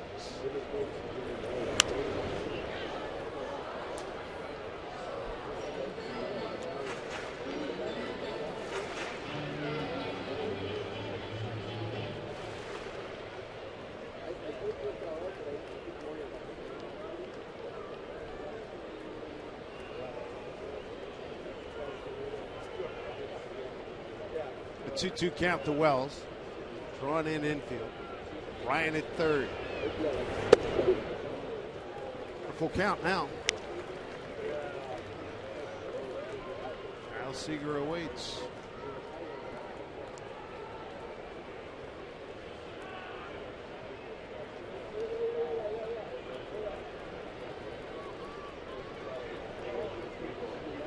One out runner at third, 3-2 to Wells. Shopik sets up outside, and Dubron misses. Runners at the corners now for the Mariners. That's the 5th walk issued by Dubron.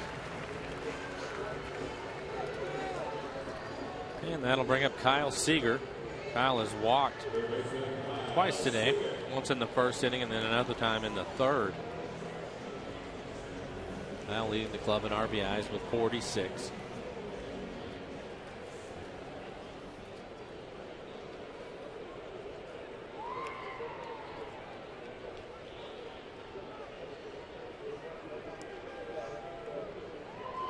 Seager's last RBI came on Wednesday. Yeah, with one out, you need to see if he can find a pitch that's up in the zone. Stay out of the double play. Sight. 0-1. 4 strikeouts, 5 walks issued by Dubron. Giving up a run on 3 hits. Mariners have stolen 3 bases. They'll make it pay off. One of the steals by Ryan here in this inning make it pay off.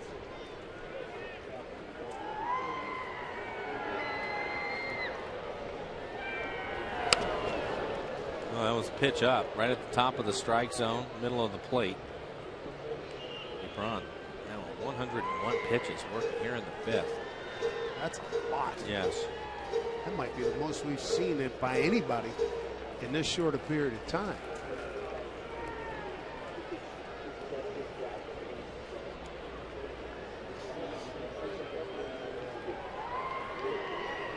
Another opportunity for the Mariners. They had first and second, nobody out in the 4th, couldn't score.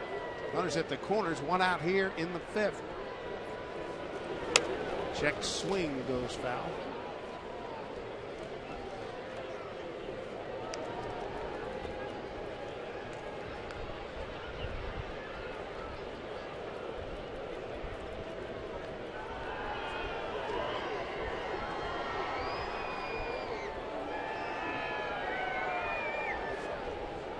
Well, Kyle's brother ended up signing with the Dodgers. Oh, recently, a first-round pick. Yeah, yesterday he ended up signing. Seager trying to cash in right here. He's walked twice. He's got a 1-2 count. Oh, hitting! Golly, that hurt. Yes, bases are loaded. That might be it for him. He's all over. He's all over the place. Yeah, the right-handed hitter Montero coming up, but nowhere for him to go. They're trying to go inside with a fastball. He certainly didn't want to hit him, but he squares him up in the middle of the bat. And at 92 miles an hour, that will sting. Bobby Valentine trudging his way out to the mound. Mariners in a good situation. 1 out, bases loaded with a 1-0 lead.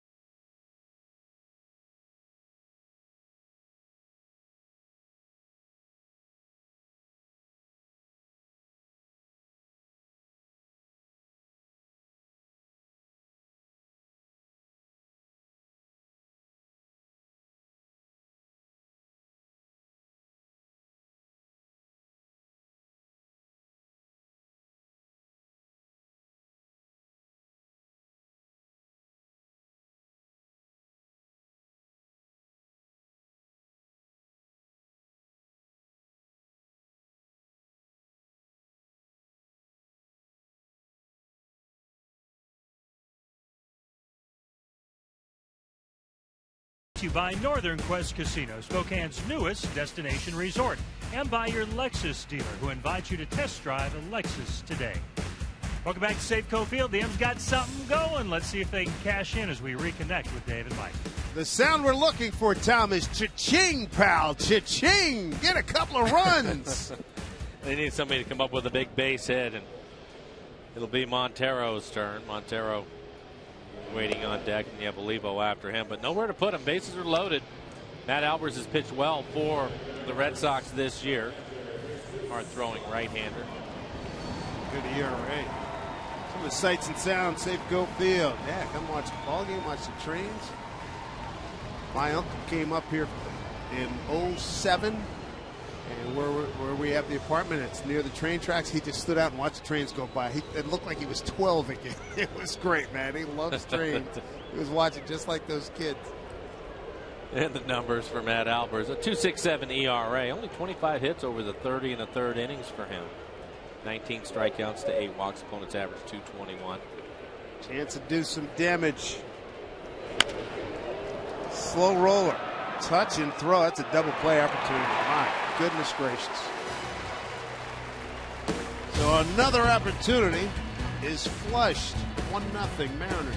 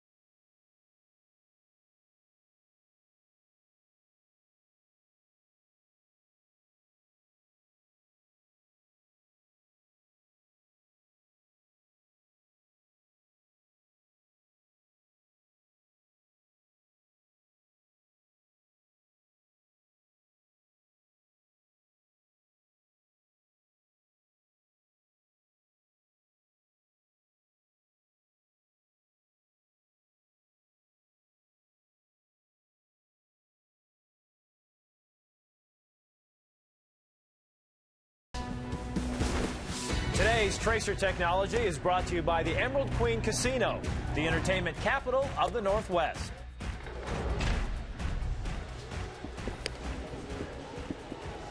The youngins enjoying themselves here at the ball game. You know who he roots for. Got the hat, the seat cushion. It's like a hoodie. Good deal. Plastic was working overtime for Pops. Maybe it's been over the course of some time. Yeah, because that would be damaging in one shot, wouldn't it? Well, the Mariners, again, great opportunity. Those back-to-back innings where they're in great shape to try to pick up some runs, not able to do it. So Vargas, who's pitched well today, only giving up 3 hits. Breaking ball to Ortiz. Misses ball 1. Jason with 81 pitches in the game. 49 of those are strikes. Have the shift on for Ortiz again.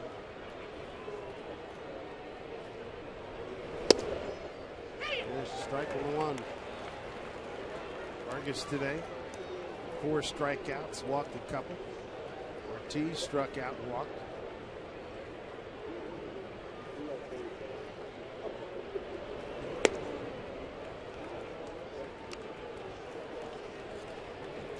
Two 2-1 count. Boy, bases loaded opportunity. Bottom of the 5th. One of those, ball got put in play right where you didn't want it. Goes back to one of the comments that Eric Wedge made the other day. And that is, he doesn't care if guys are aggressive early in the count, but do something with it. Albers comes in out of the bullpen, first pitch fastball. And he gets the double play to get out of the inning. 2-2 to Ortiz. Came out. Big one. Top hitters in the game. One out here in the 6th. Jason going with the off-speed pitch. That looks like the changeup.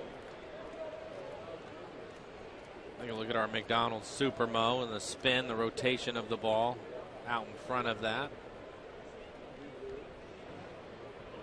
Again, he's got great location with his changeup today. All of them have been the bottom of the strike zone or down out of the zone, getting the guys to swing at it. Cody Ross takes a big hack. Down the line drive and knuckle. Tough break. A lot of spin. From our vantage point, we could see it really well. I mean, it jumps off the bat, and then it started slicing back the other way. I think Casper thought he was going to have a catch on it, but the ball didn't carry because it was knuckling. All of a sudden, he had to stop and slow down, almost overran it. As you take a look at this swing by Ross, takes the spin, the rotation off of it. It's a good looking swing. Head down. Stays behind it, doesn't he? Yeah, that's really nice. You can see Casper going at it, then he has to retreat, come back, able to keep in front of him and hold him to a single. There's Gonzalez. Single and a ground out to Smoke. Mariners have had their opportunities. The Mariners 1 for 5 runners in scoring position today. Left 6. Red Sox 0 for 3. They've left 5.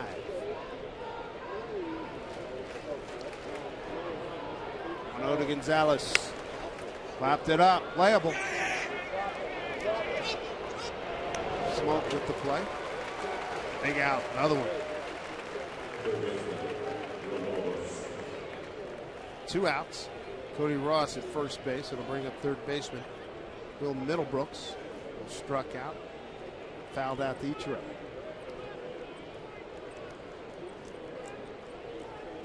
For Jason, he's stayed in on his hands with the fastball and trying to get him out with a good changeup. It's been effective so far against Middlebrooks, a young hitter.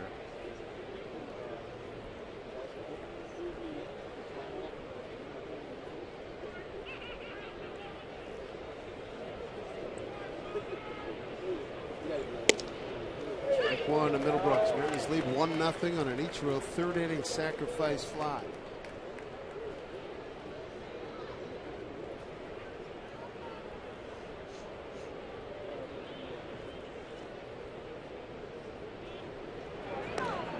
Ross back safely. Ross 1 out of 2 in base stealing.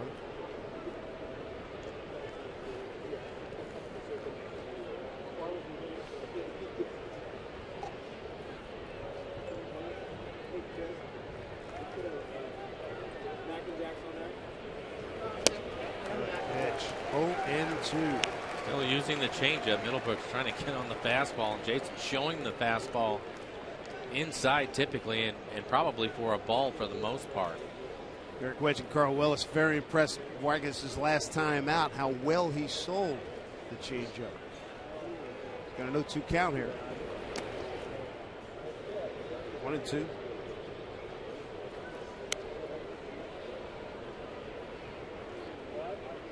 There you go. 91 pitches, 71% fastballs.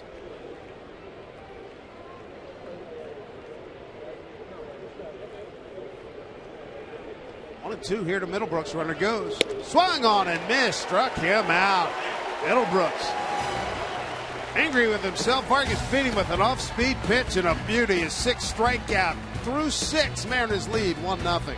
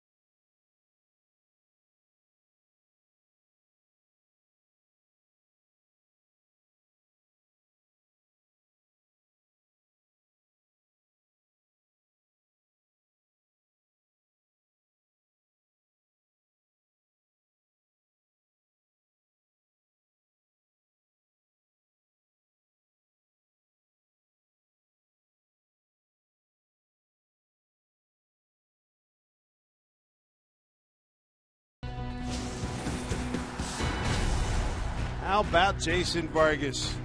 He strikes out Ortiz to start the top of the sixth, and then gets Middlebrooks off speed pitch to end the sixth. Good work. He's got 6 strikeouts against 2 walks, throwing shutout ball against the number 2 offensive team in the American League. Matt Albers, first pitch to Olivo. Ball 1. Olivo DHing today's fly to center, walked. Mariners 1 for 5 in Anderson scoring position. Perfect world, they'd have about 4 or 5 runs. And now surviving on Ichiro's 3rd inning sacrifice fly.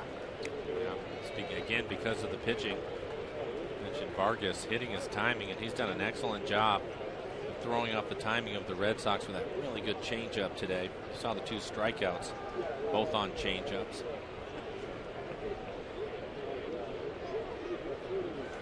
Ooh, jeez.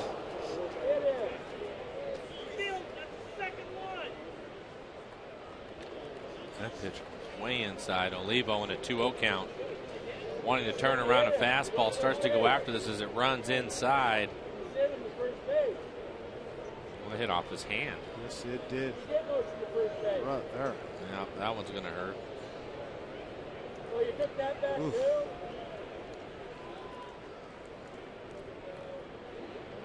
Guess what he's coming back with. What he's coming back with. Something inside, I would presume. Fastball, pounded it down to Punto. Now.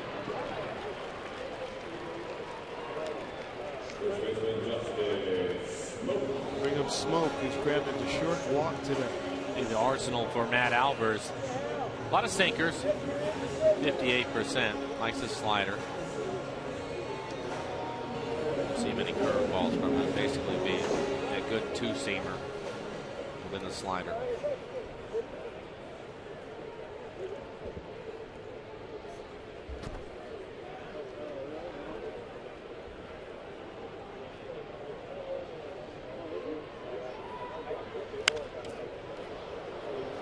Aggressive swing, a little bit late. Strike 1 to Smoke.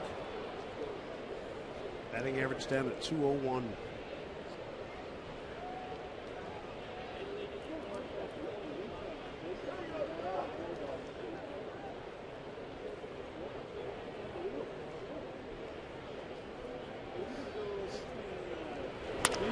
Ground ball. Second base to Pedroia. 2 outs.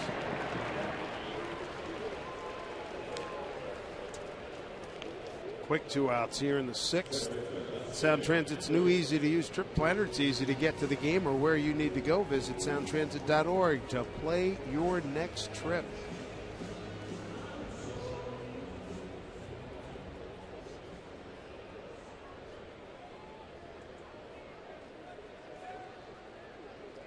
Ackley's Cade twice today.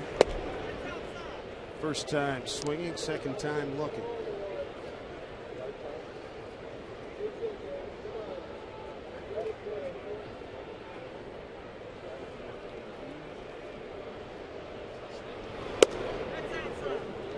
See Albers trying to run a couple of fastballs off the outside corner, missed with both of them.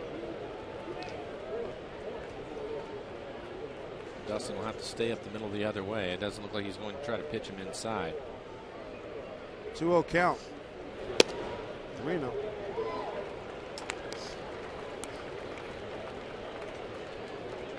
Albers on in relief of Felix Doubront. Went 4 1/3. Figgins on deck, 3 hits, a run, 5 walks, 4 strikeouts, and 103 pitches. Back to strike 3-1.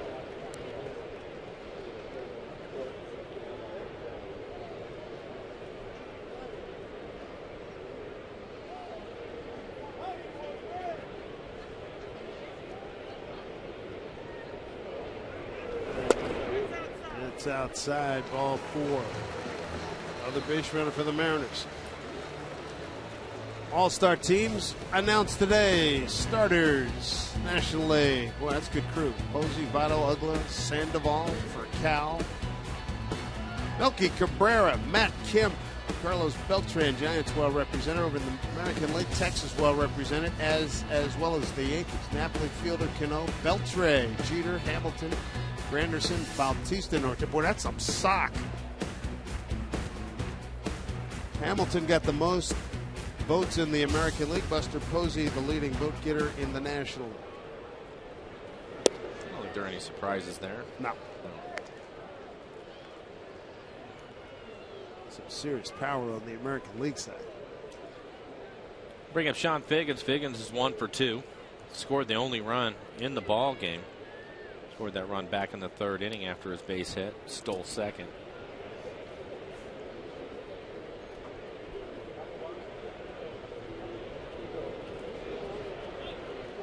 Ackley back safely.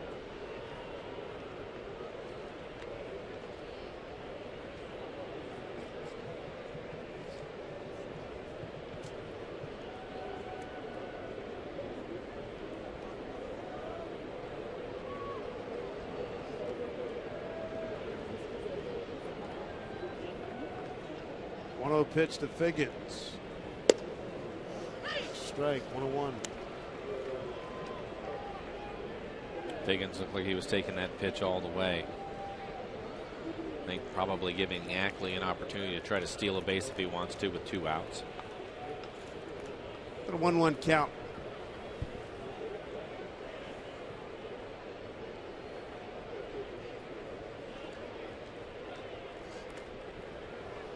Albert's in his 2nd season with Boston. Came up in the Houston organization. 4 games with that club in 06. 31 games in 07. Then Baltimore 08, 9, 10. Last year to Boston. Free agent signee in December 2010. 1-1 count. There it goes. Throw by Shopek. Got it. Caught stealing. 2-6. Figgins will lead off the next inning. That'll do it for the Mariners. 7th inning coming up. They lead 1-0.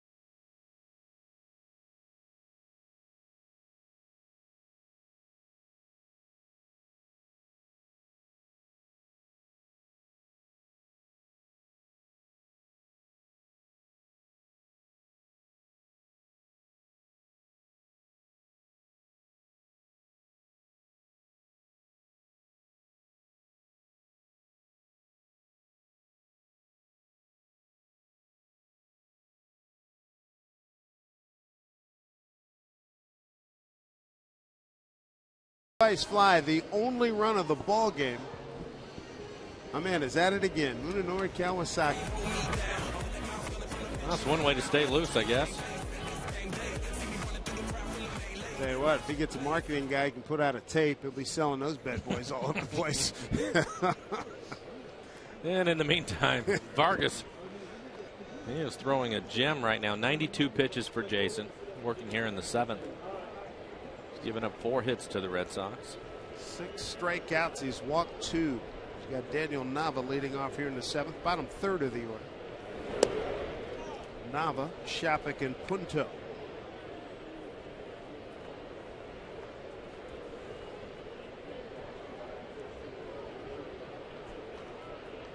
Pitching, dominating hitting.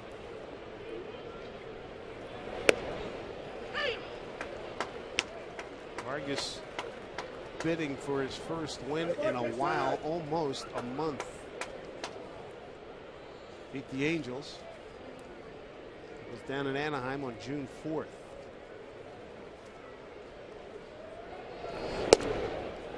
Strike two.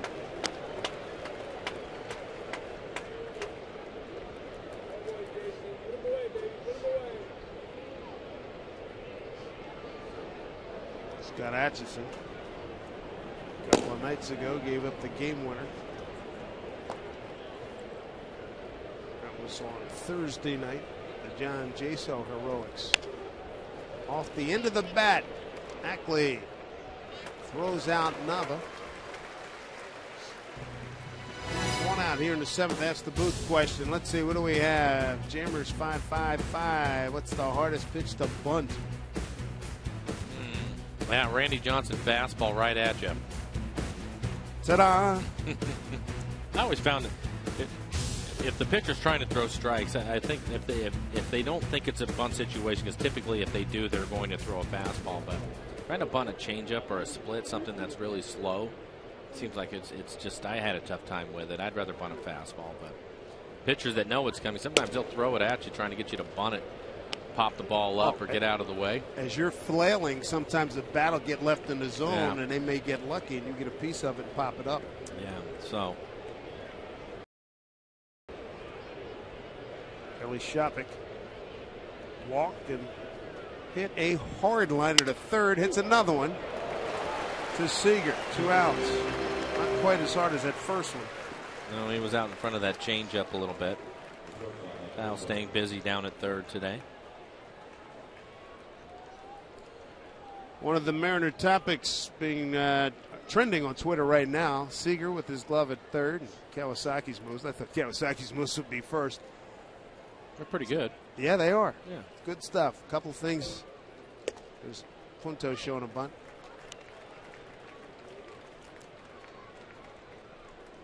Thought they might have been trending about the offense and the opportunities that have been squandered here today. Great pitching performance by Vargas. But it's, how many times have you said it in every sport? Let somebody hang around, hang around. Yeah, and Jason's starting to get there too. He's at 100 pitches now, 62 strikes for Jason. When you look at it for the Mariners also, talking about those opportunities, they were great. First and second with nobody out in the fourth inning. End up with nothing, and then in the fifth they had the bases loaded with 1 out. Montero hit into a double play. 1-2 to Punto. That was a good pitch.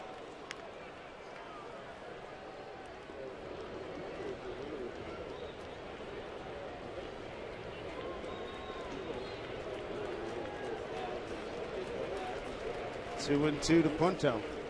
Breaking ball hit off the end of the bat. Fooled him big time. Ackley throws him out. Great inning by Vargas. He's something. Home seventh coming up. We're going to stick around. God bless America.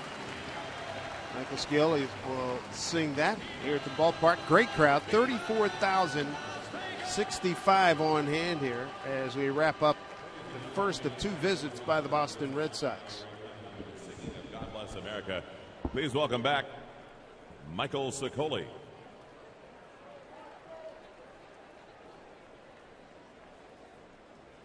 God bless America, land that I love. Stand beside her and guide her through the night with a light from above. From the mountains to the prairies, to the oceans white with foam. God bless America, my home, sweet home. God bless America, my home, sweet home.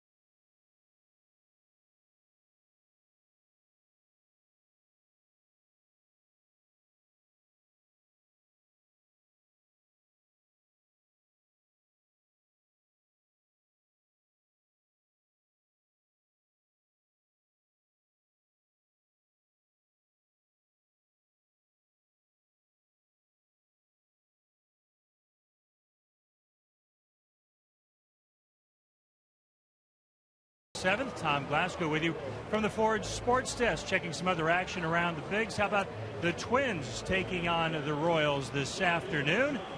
We go to the highlights. In the bottom of the 5th, Royals up 5-2. Josh Willingham changes that with a 3-run jack in his center field. That ties the game at 5. Trevor Plouffe, though, hands the Twins the lead, pounding his second blast of the game deep to left, his 18th homer this season.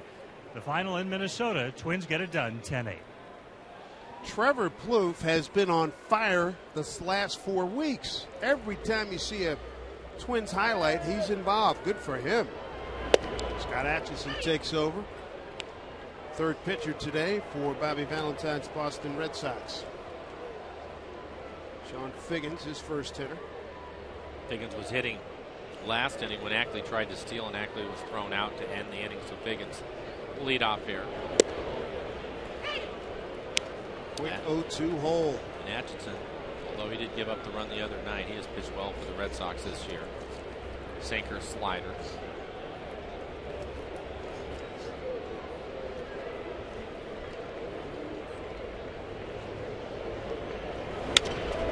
Pulls it down to Gonzalez. He'll take it himself.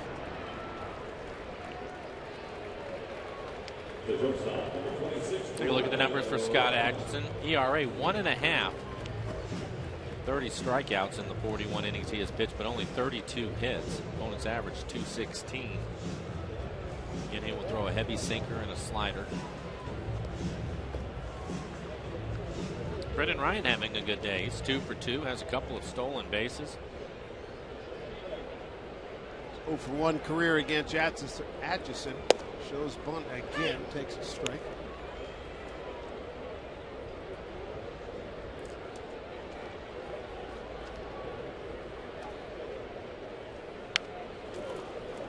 Front. Daisuke Matsuzaka not pitching in this series. Sundial, I put it away.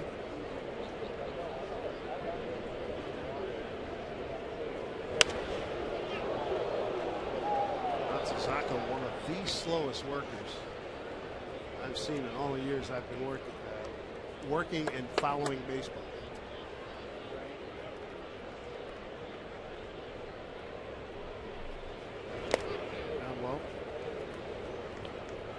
Saka 0-2 in 4 starts with a 4.91 ERA.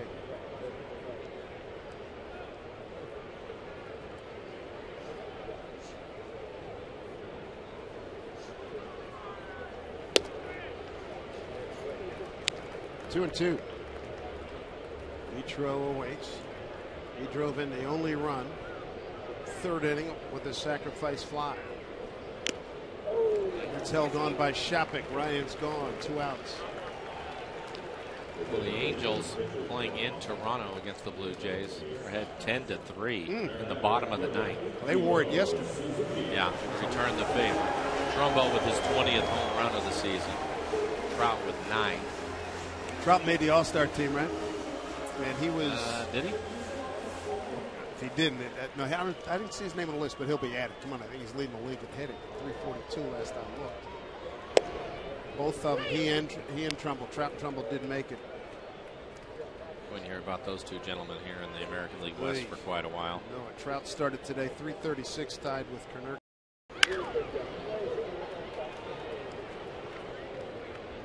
Trumbull was up there for a while. He was up in that 320, 330 range. He's 313 now. He's still top 10. Cano, your guy Cano had a humongous month. 12, 13 home runs up for the month. Yeah. Today. Off the plate. Shopik out quickly. Nice play. Quick, quiet inning in the 7th for the Mariners, who lead 1-0. Kids having some fun. Here at Safeco Field.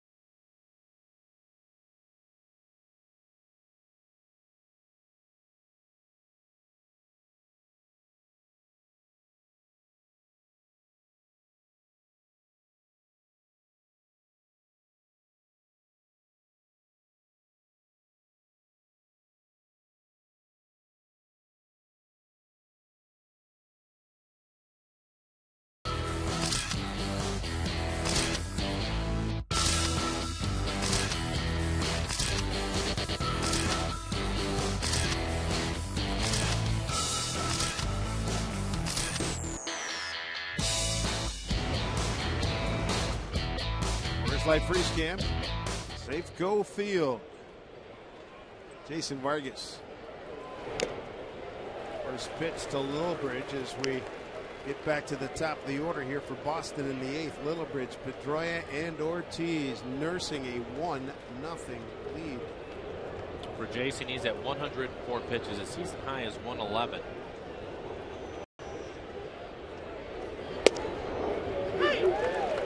Lillibridge 0-2. Lillibridge struck out his first 2 times out. Then fly to right. Brandon Lee though. Warming up. Along with Lucas Lidke, left hand. Well, I can tell you this, Eric Wedge appreciating the effort from Vargas today. Certainly I'd like to see him get a little more run support, but Eric needed somebody to go deep into this game. He had to empty out his bullpen again in yesterday's game. All the guys down there throwing, so he needed a starter to get deep, and here's Vargas pitching in the 8th. Tenuous 1-0 lead. It's an explosive Red Sox ball club. 1-2.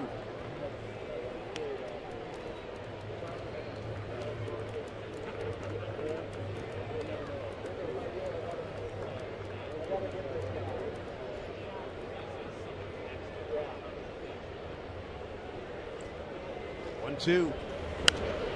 Fist again.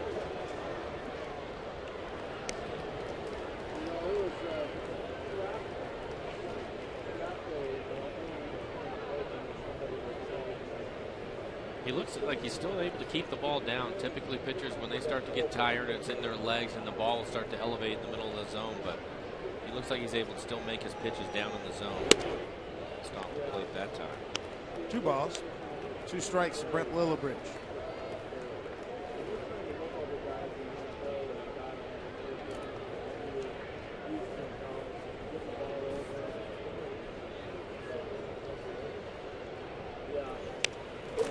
That'll hurt.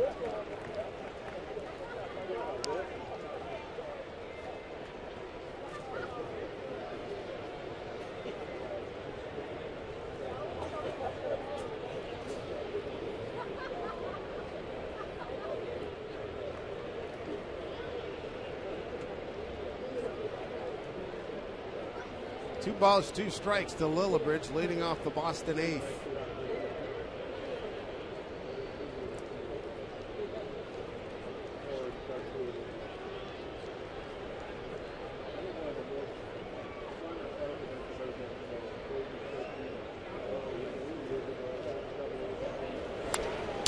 Back again.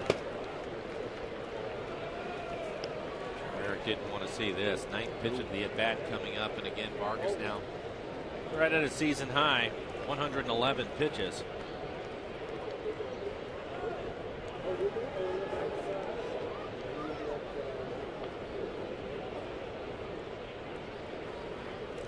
It's 1-2. Popped it up. It's playable. Ackley taking charge. And down. Extend your weekend one day further. Make Mondays at Safeco Field another evening out with BCU Family Nights. Next event is coming up tomorrow, 7:10 start time against the Orioles. Pick up your select view level seats for only $10. For more info, go to mariners.com/specials.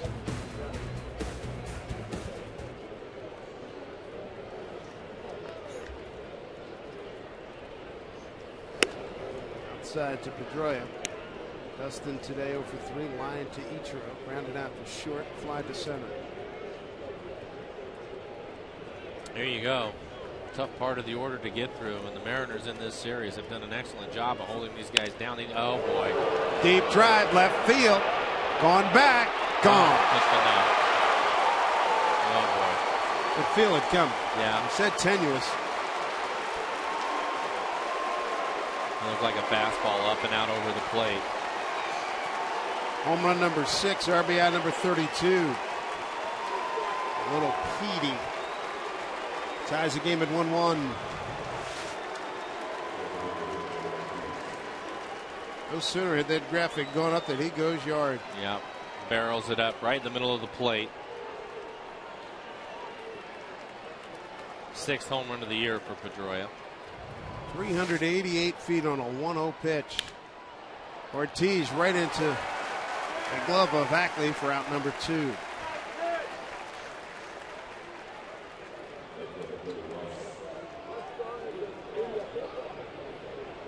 That home run given up by Vargas, 22nd of the season.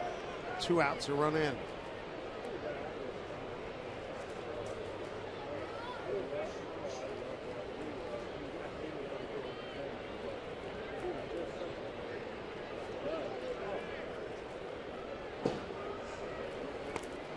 Breaking ball misses to Cody Ross. 2 hits today.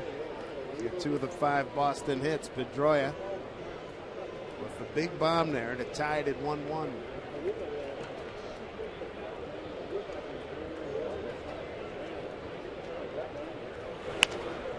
Cued it off the end of his bat. Smoke will take care of it. Get that run right back for him. Vargas has pitched his heart out. Bottom of the 8th coming up. 1-1 ball game.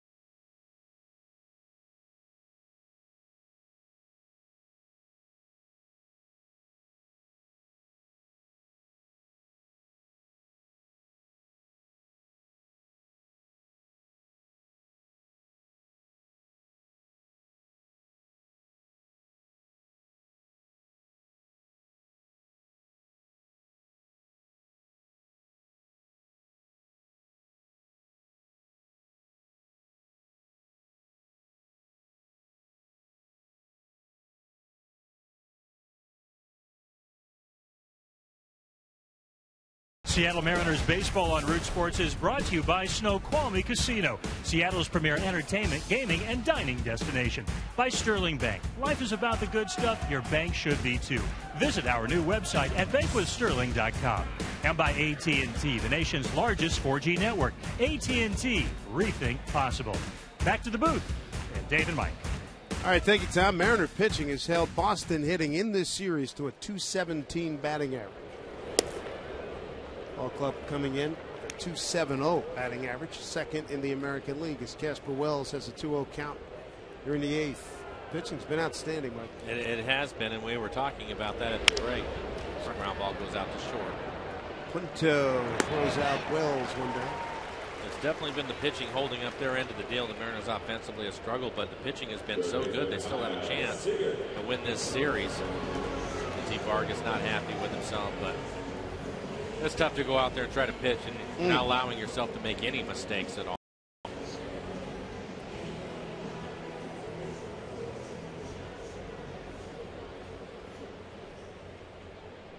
Tom Wilhelmsen getting loose in the Mariners pen.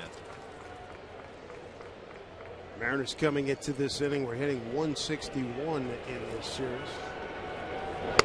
Outside to Seager, has walked twice and hit by a pitch.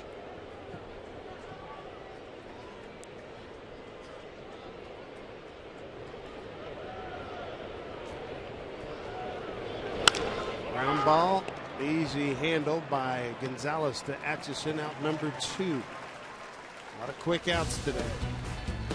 A lot of quick outs. Ladies, grab your girlfriends and head to Safeco Field Friday, July 13th. Girls' Night Out. Make sure you pamper yourself in the comfort zone located on the main concourse. Plus, the first 10,000 women 21 and older are going to get a free manicure set thanks to EQC. Tickets to Girls' Night Out. They're available any Mariners team store or mariners.com. 2 outs in the 8th.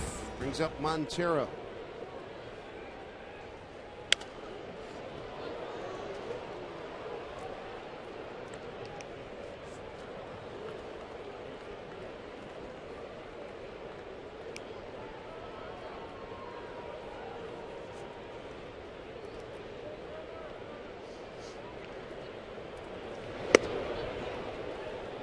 One. Montero 0 for 3 in the game. Couple fly balls to right. Hit into a double play back in the 5th inning. Strike 1 and 2.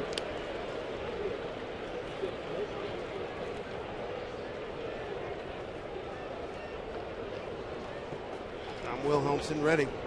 It's the 9th inning. Ground ball down to third. Middlebrooks, no problem. The quiet inning for the Mariner bats. 9th inning coming up. Gonzalez, Middlebrooks, and Daniel Nava.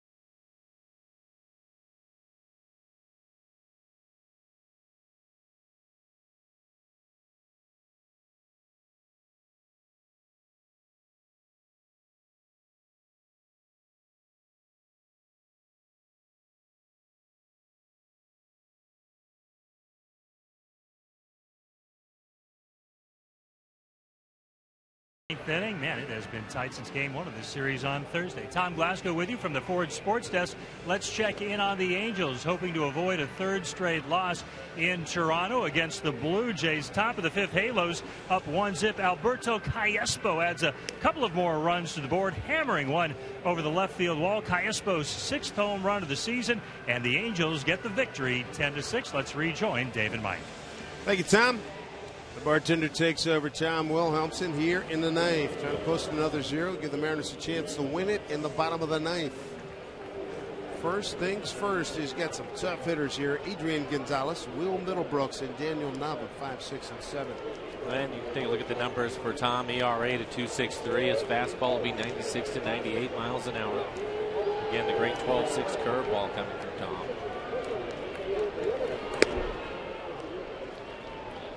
All 1 to Gonzalez, 1 for 3.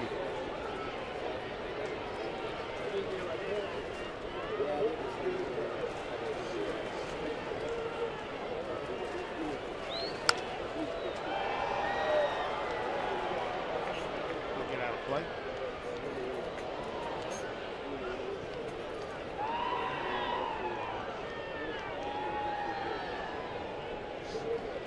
Mariners' run came in the 3rd inning. Ichiro with a sacrifice fly. Pedroia, 8th inning, a 1-0 pitch homer to left field. Unfortunately, since that third inning, the Mariners only able to come up with one base hit. That was from Brendan Ryan in the fifth. Will Helmson, a 1-1 count to Gonzalez.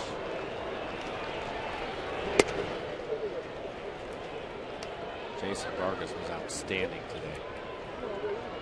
Good command, fastball placed it well. Changeup was very effective. 6 strikeouts for Jason. Coming off the 10 strikeouts in his last out. Leading with some good heat, 2-2.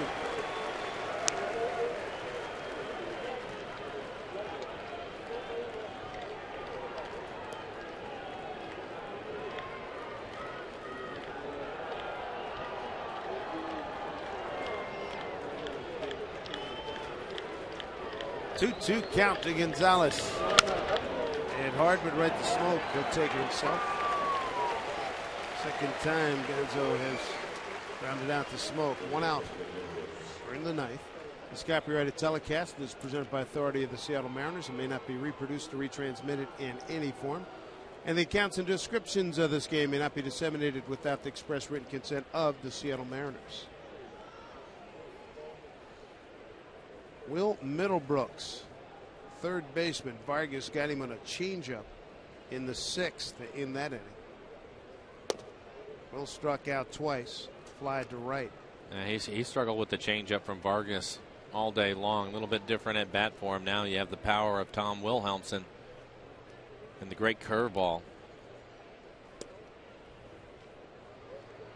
2-0.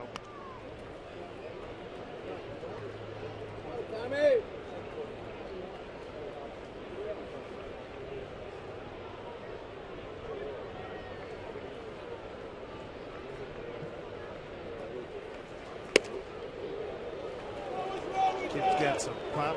Wilhelmsen being careful. Sente Padilla warming up. Saw Padilla last night. He was throwing around 95 miles an hour. Dropped in his version of the Ephus pitch.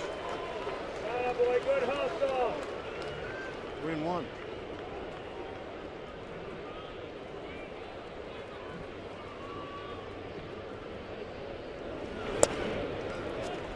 Lead runs aboard via the walk. 1 out here in the ninth. Follow the Mariners with the MLB.com at Bat12 app for your iPhone, iPad, Android, and Windows Mobile. You get live audio, pitch tracking, video highlights, and more. So text it BAT to 31826 or visit Mariners.com for details. Mariners have not turned a double play today. Use one here. Bravo 0 for 3. Popped the second to center and grounded out the second.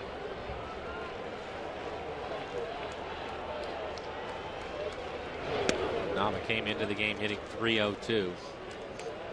Much better hitter. He's a switch hitter. Much better hitter hitting from the left side of the plate.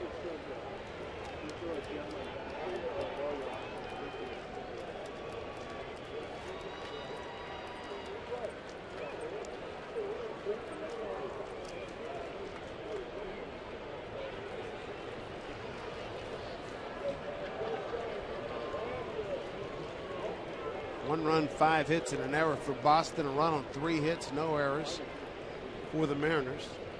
Mariners have left 6 men on board. 6 men left by Boston. Popped it up. Field, here comes Figgins.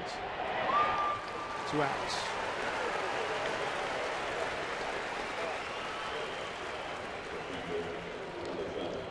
On the bench for Bobby Valentine, he has Kalish, the left-handed hitter. He also has Salta Lamacchia in the cleanup. Yeah, he's switch hitter, been the cleanup hitter for the Red Sox, getting today off the catcher. And then Aviles, the right-handed hitter, on his bench. Catcher Kelly Shopik walked, hit a hard line drive to Seager and a soft line drive to Seager.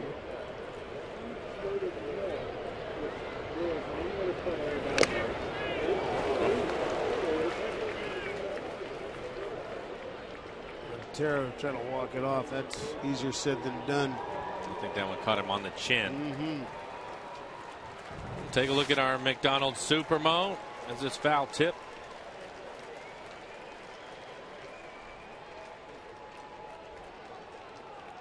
Right on the jaw. Ooh.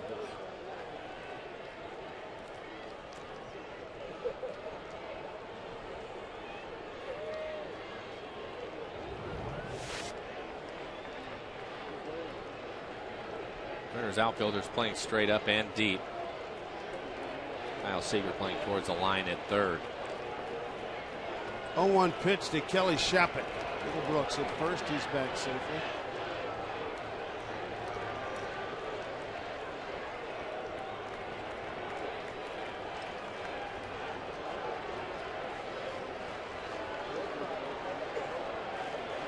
Two down, top of the ninth. Mariners will have Olivo, Smoke, and Ackley coming up. Wilhelmsen trying to get the third out here.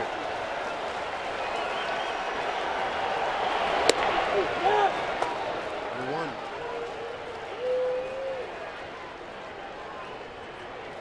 Haven't seen a good curveball from Tom yet.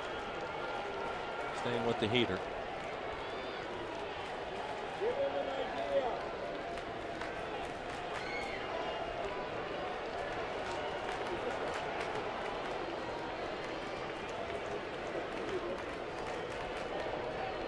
Runner goes.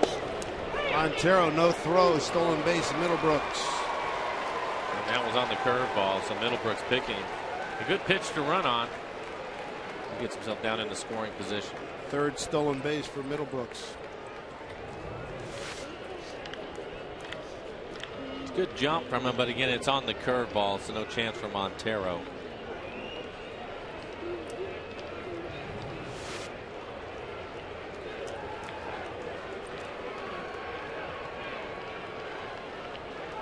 Hayes in Texas, moments away from first pitch. Angels, Tom Glasgow told you, one at Toronto, 10-6. 1-2 count, 2 outs. Pitch to Shapik, breaking ball, just got a piece.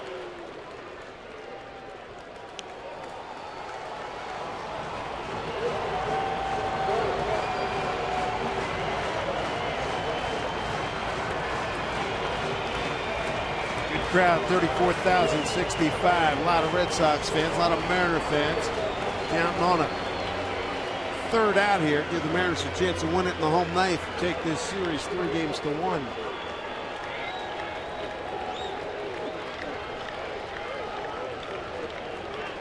Pitch to Shapik. Got him! Struck him out! Big time with big heat. Get Shapik to end the top of the ninth. Time to go to work here with Olivo, Smoke, and Ackley trying to get a win here in the ninth inning.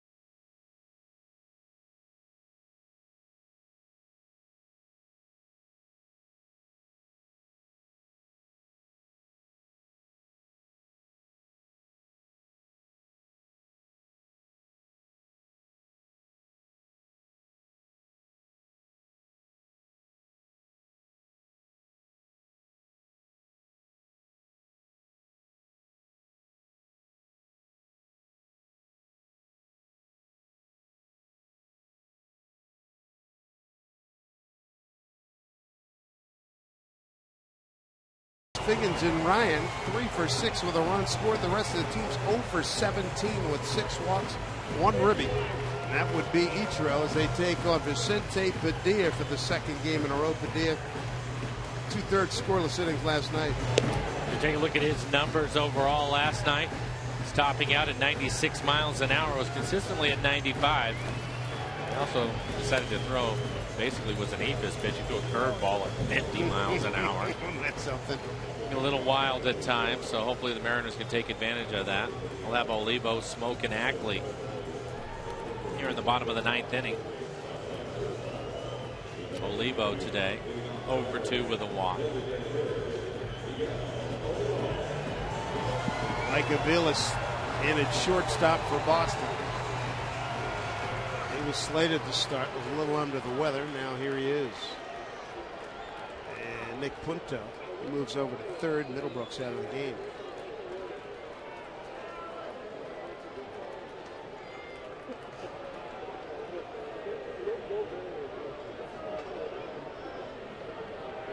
Diaz got a good fastball. Olivo likes to hit fastballs.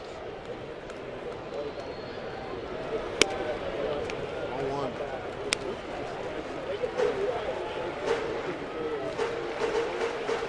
Olivo 1 for 7 against Padilla.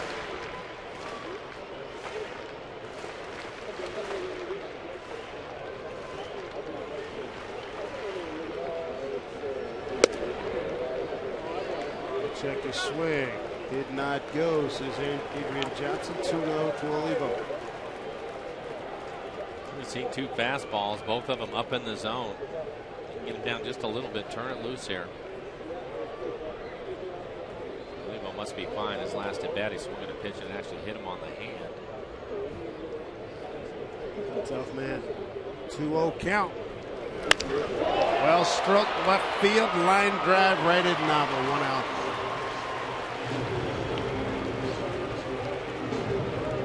That's frustrating. I don't blame him.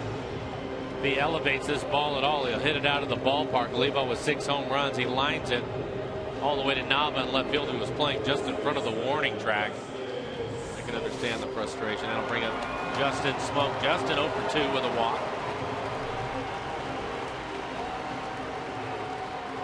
He too likes the fastball. Maybe he can elevate one. Brandon League up and throwing again for the Mariners in the pen. He's been up a couple of times during the game. Fastball outside at 95.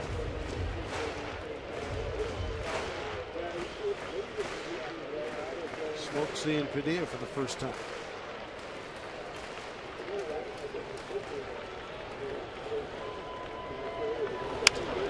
Something off, and that one fouled it away. Take a look and see what Padilla throws. A lot of four-seam fastballs. 55% of his pitches are fastballs. Also likes to throw the two-seamer. Good sinker.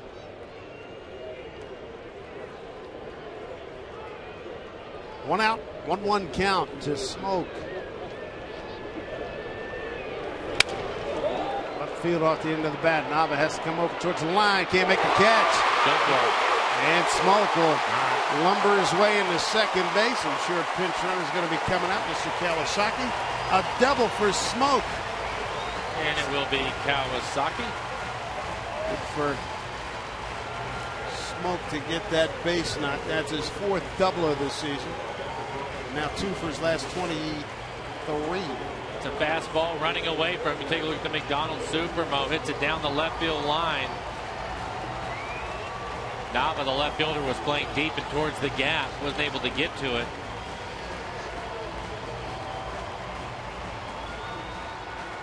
Kawasaki, good speed at second base. 1 out.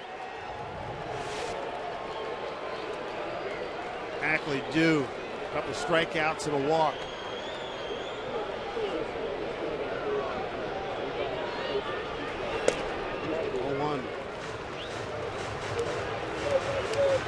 Winning in 11 innings in last night's game. Sean Figgins with a sacrifice fly to score Ackley to win the ball game.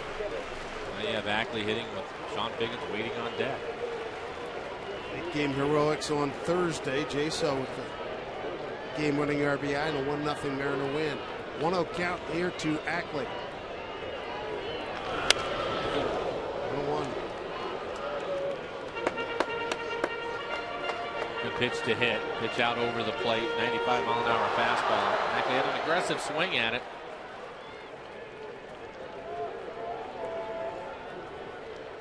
So far, Padilla in this inning, all fastballs. Hasn't thrown anything else.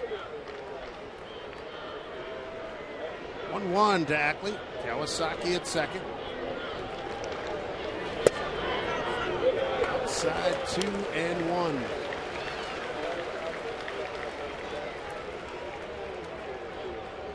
Andrew Miller, tall left-hander. We've seen him in the series. His fastball is about 95 miles an hour. The only left-hander Boston has in their bullpen. 1 out, Kawasaki. He's at second base. Ackley's got a 2-1 count. Pitch from Padilla. Just outside.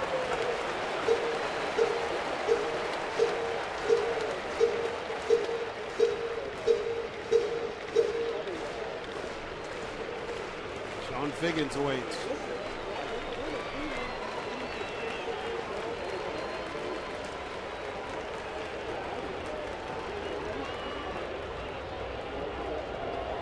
Three-1 to Ackley. Locked it up. Cody Ross taking charge, calls off Pedroia. 2 outs. Looked like Padilla went with the BP fastball. Took a lot off of it, maybe the two-seamer. Pitch was in the middle of the plate, and Ackley just missed it, skied it to right. Mariners now 1 for 6 with men in scoring position. Well, Figgy came up big last night with a sac fly. With the Mariners win in 11. The Mariners could use a base knock right here. He's 1 for 3. Singled back in the third and came around and scored the Mariners' only run of the ball game on Nitro sacrifice fly. Make it a good 24 hours.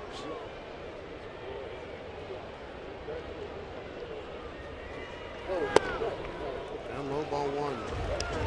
Brendan Ryan waiting on deck. He's 2 for 3. Run on 5 hits and an error for Boston. A run on 4 hits for the Mariners. Pitching is dominating.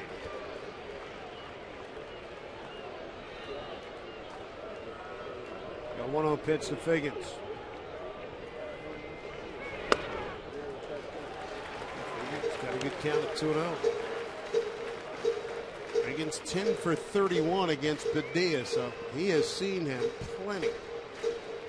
Eric Wedge on his bench. He has Saunders and Jaso. Saunders hasn't played the last 3 days because he's been sick. 2-0 count. Figgins with some room to work with. Good speed at second and Kawasaki. 3-0.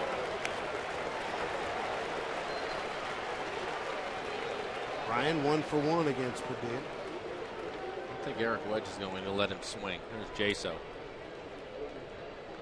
Seen a couple 3-0 swings today, right? Yeah, just being aggressive. You have the right-handed hitter Brendan Ryan waiting on deck. Go for it. Yeah. All you need is 1. 3-0 to Figgins. Inside, walked him. 2 outs, 2 on.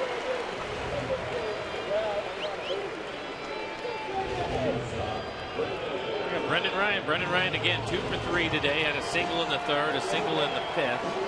Struck out swinging in the 7th. He's also stolen 2 bases.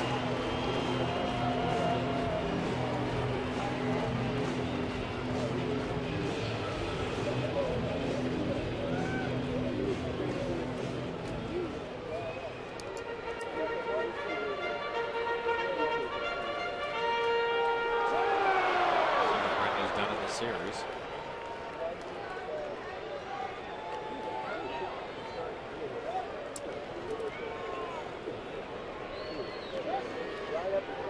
Opportunity right here for Ryan and the Mariners.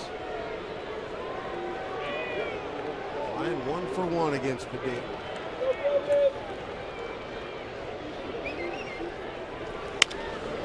Fly ball right field. We're going extra innings. 10th inning coming up. 1-1 game here at Safeco Field.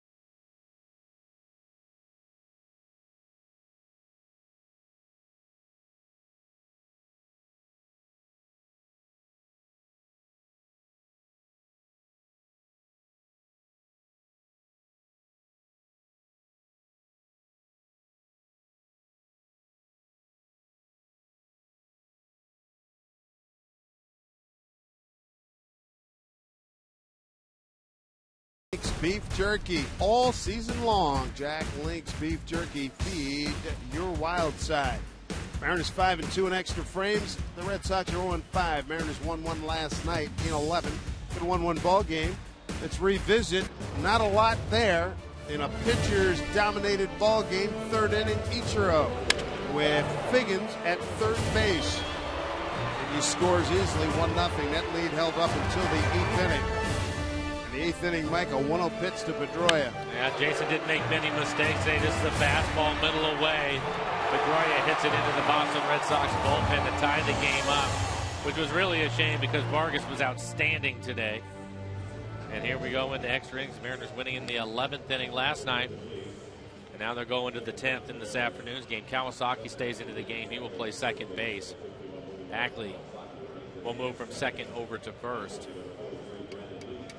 Go 9-1-2 for the Boston Red Sox. Brandon League takes over for Tom Wilhelmsen. Ryan Kalish has come out on deck, so it looks like he will hit for Lillibridge.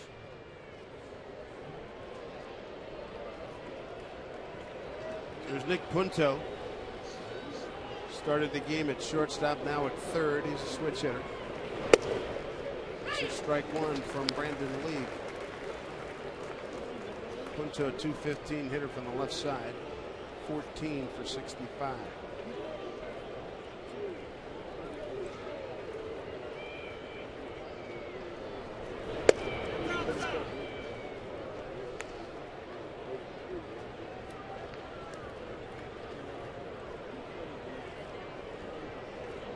One to Punto. Dropped down a bunt, second time up. He's 1 for 3.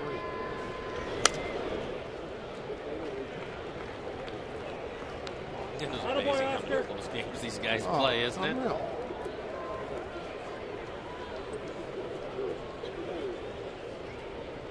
Last pitch, good fastball from Brandon at 96 miles an hour. Critical to get him back into the form he showed last year when he made the All-Star team. 1-2 to Punto. Runs it down to Kawasaki. Ball finds a new guy, makes the play. Good split from Brandon. Lucas Litke's up and throwing. And the Sox send up Ryan Kalish. Started in center field the first 3 games. Bat for Brent Lillibridge. Started in center field today.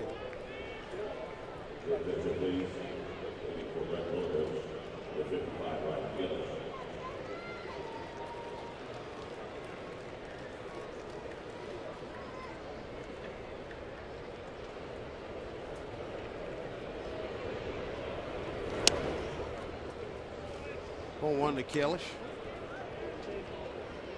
231 hitter. This is 13th game, called up recently.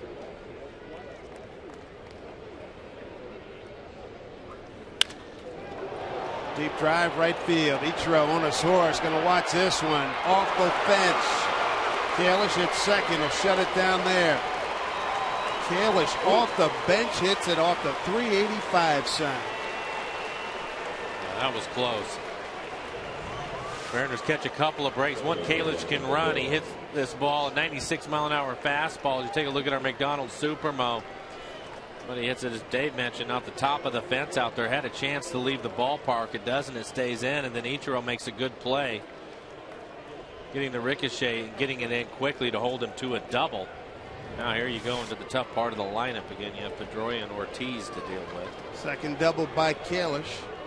Here's Pedroia. First time up since he homered. With one out, nobody on in the eighth. Tied up at 1-1. Take a look at the home run from Pedroia on the second pitch. It's a fastball, 88 miles an hour, hits it out into the Red Sox bullpen. Vargas, again, upset with himself, but he was terrific today. 8 innings of 5 hit, 1 run ball, 2 walks, and 6 Ks. The other way, base hit, a lot of trouble. Kalish can run. Ichiro charges. They'll hold him up right there as Ichiro hits the cutoff man. 1 out, runners at the corners. And now Big Papi David Ortiz. The first base hit the Red Sox have had with a runner in scoring position today. 1 for 5 now. So Pedroia, a little inside-out swing. Finds a hole over on the right side of the infield. That'll bring out Eric Wedge, and he's going to go to his left-hander, Lucas Litke, to face Ortiz. So League gets 1 out and then gives up a double and a single. He's chased. Ortiz will face Litke in one of the bigger spots Litke's going to have this season. 1-1 ball game, top of the 10th here at Safeco Field.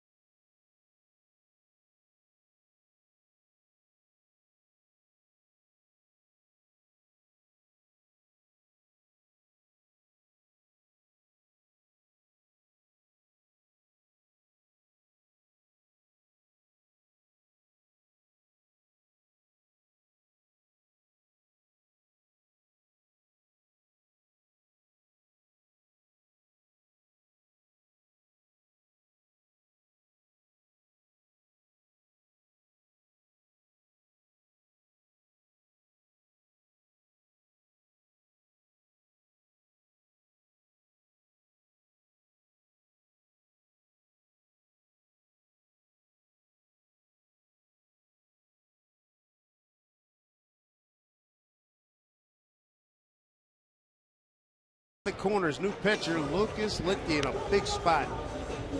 Lucas numbers on the year, fine ERA to 1.77. Throw a fastball and a slurve. I think he'll probably try to use this slurve against Ortiz, see if he can get him to roll over on a pinch, get a double play, and get off the field. Ortiz, for years now, has been one of the best in the business, getting the ball elevated and driving these runs, so Lucas has his work cut out for him. Miller, the left-hander, Sevis, the right-hander, warming up. Ortiz 0 for 1 against Litke.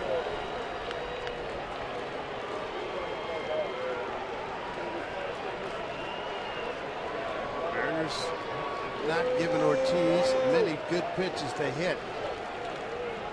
Doing a good job keeping him in the yard. 1 out, runners at the corners. First pitch from Litke. Outside, ball 1.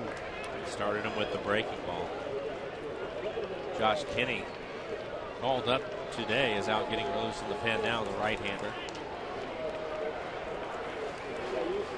Cody Ross, right-handed hitter, on deck for the Red Sox. 1-0 pitch. Outside, 2-0.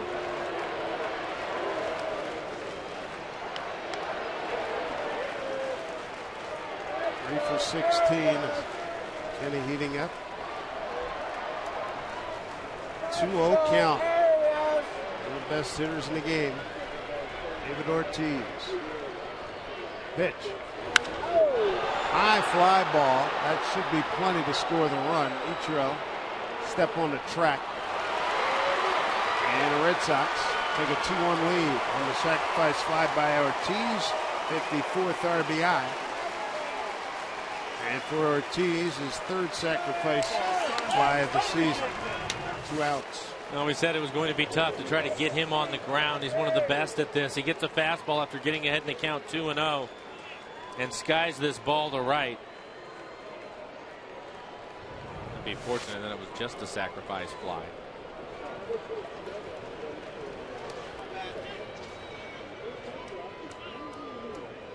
Heading the count 2-0. Got the job done. Here's Cody Ross.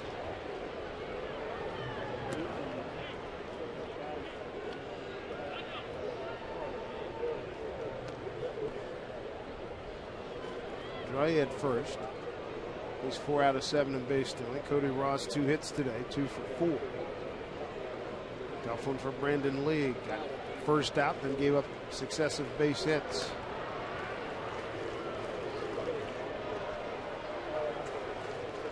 Left-hander Miller sits down in the bullpen, so it'll be a Sebas to come in, face the top of the order for the Mariners in the bottom of the 10th.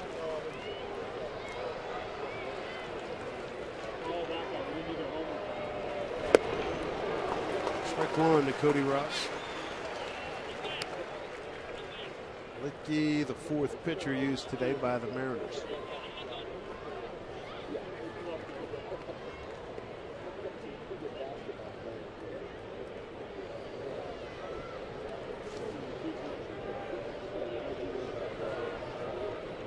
One off the plate.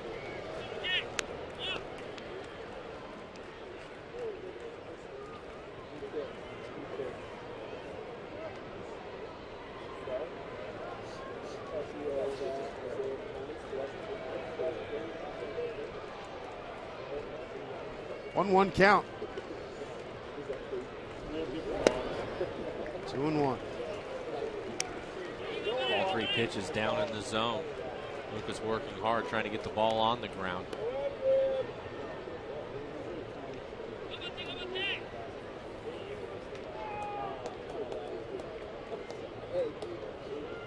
Pedroia, not much of a lead at first. There he goes. Ball inside, and Pedroia steals the base standing up. For Pedroia's 5th stolen base of the season.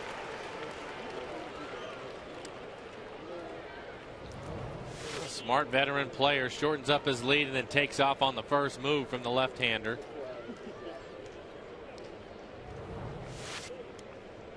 And now they'll just put Ross on, bring Gonzalez up. No bargain there. He only leads the American League runners in scoring position, batting average at .395.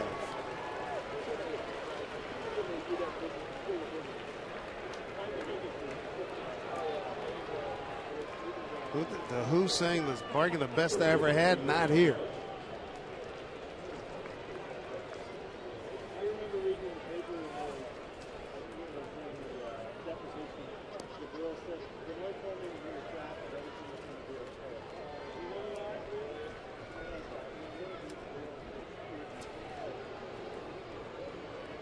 Gonzalez, 273, 6 home runs, 43 RBIs on the year. Big pitch.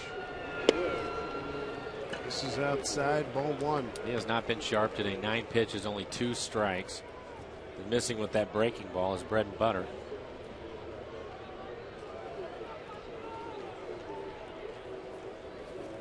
A run in, 2 runners on. 1-0 pitch to Gonzalez. We'll keep him in the ballpark because Figgins will get under it. Make the catch. Mariners got a tie. Top of the order, Ichiro, Wells, and Seager, and they'll have to get it done against one of the better closers around, Alfredo Aceves, when we get back. David Ortiz giving Boston the 2-1 lead.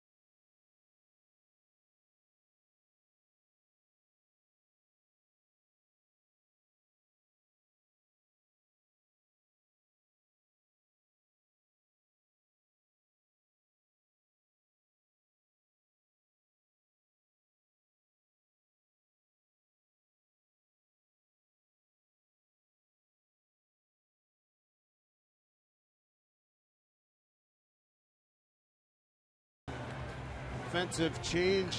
Ryan Kalish, he pinch hit for Brent Lillibridge and takes over in center field for Brent. And the new pitcher, Alfredo Aceves. Aceves' numbers on the year, a 4.28 ERA. 40 innings pitched, 33 hits, 40 strikeouts. Good fastball, slider, and a split. Look at the top of the order. Ichiro going to lead things off for the Mariners. Crazy game, huh? Well, I'm sure Eric will look back at it. He's going to look at the fourth and fifth innings of this thing and the opportunities that were there. Hopefully the guys can get that off of his mind by scoring a couple of runs here in the bottom of the 10th.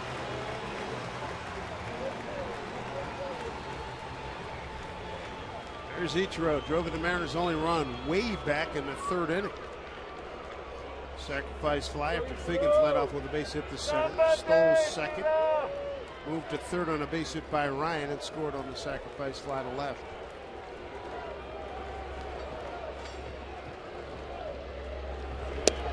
Breaking ball misses.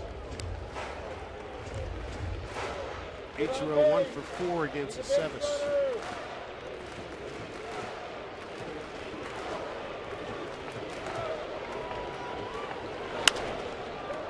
Fly ball left field. Nava towards the line, 1 out.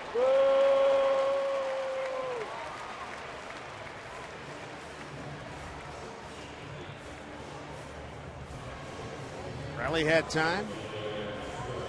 Any college? Where's that extra L, pal?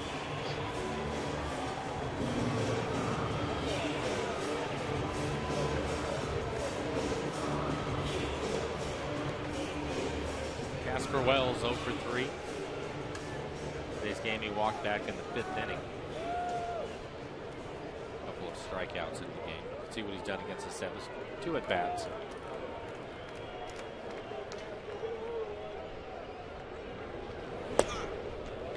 Oh, 1.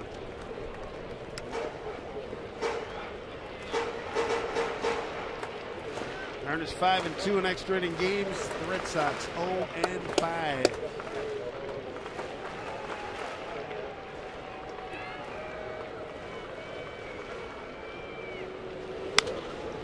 Popped it up, playable. Third baseman, Quinto. 2 down. Look at the offense today. Neither club really lighting it up with men in scoring position. The Mariners 1 for 7. The Red Sox were 1 for 6 in the game.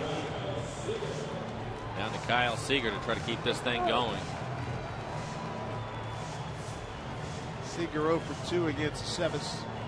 2-7-1 right now, beating 1-4-0.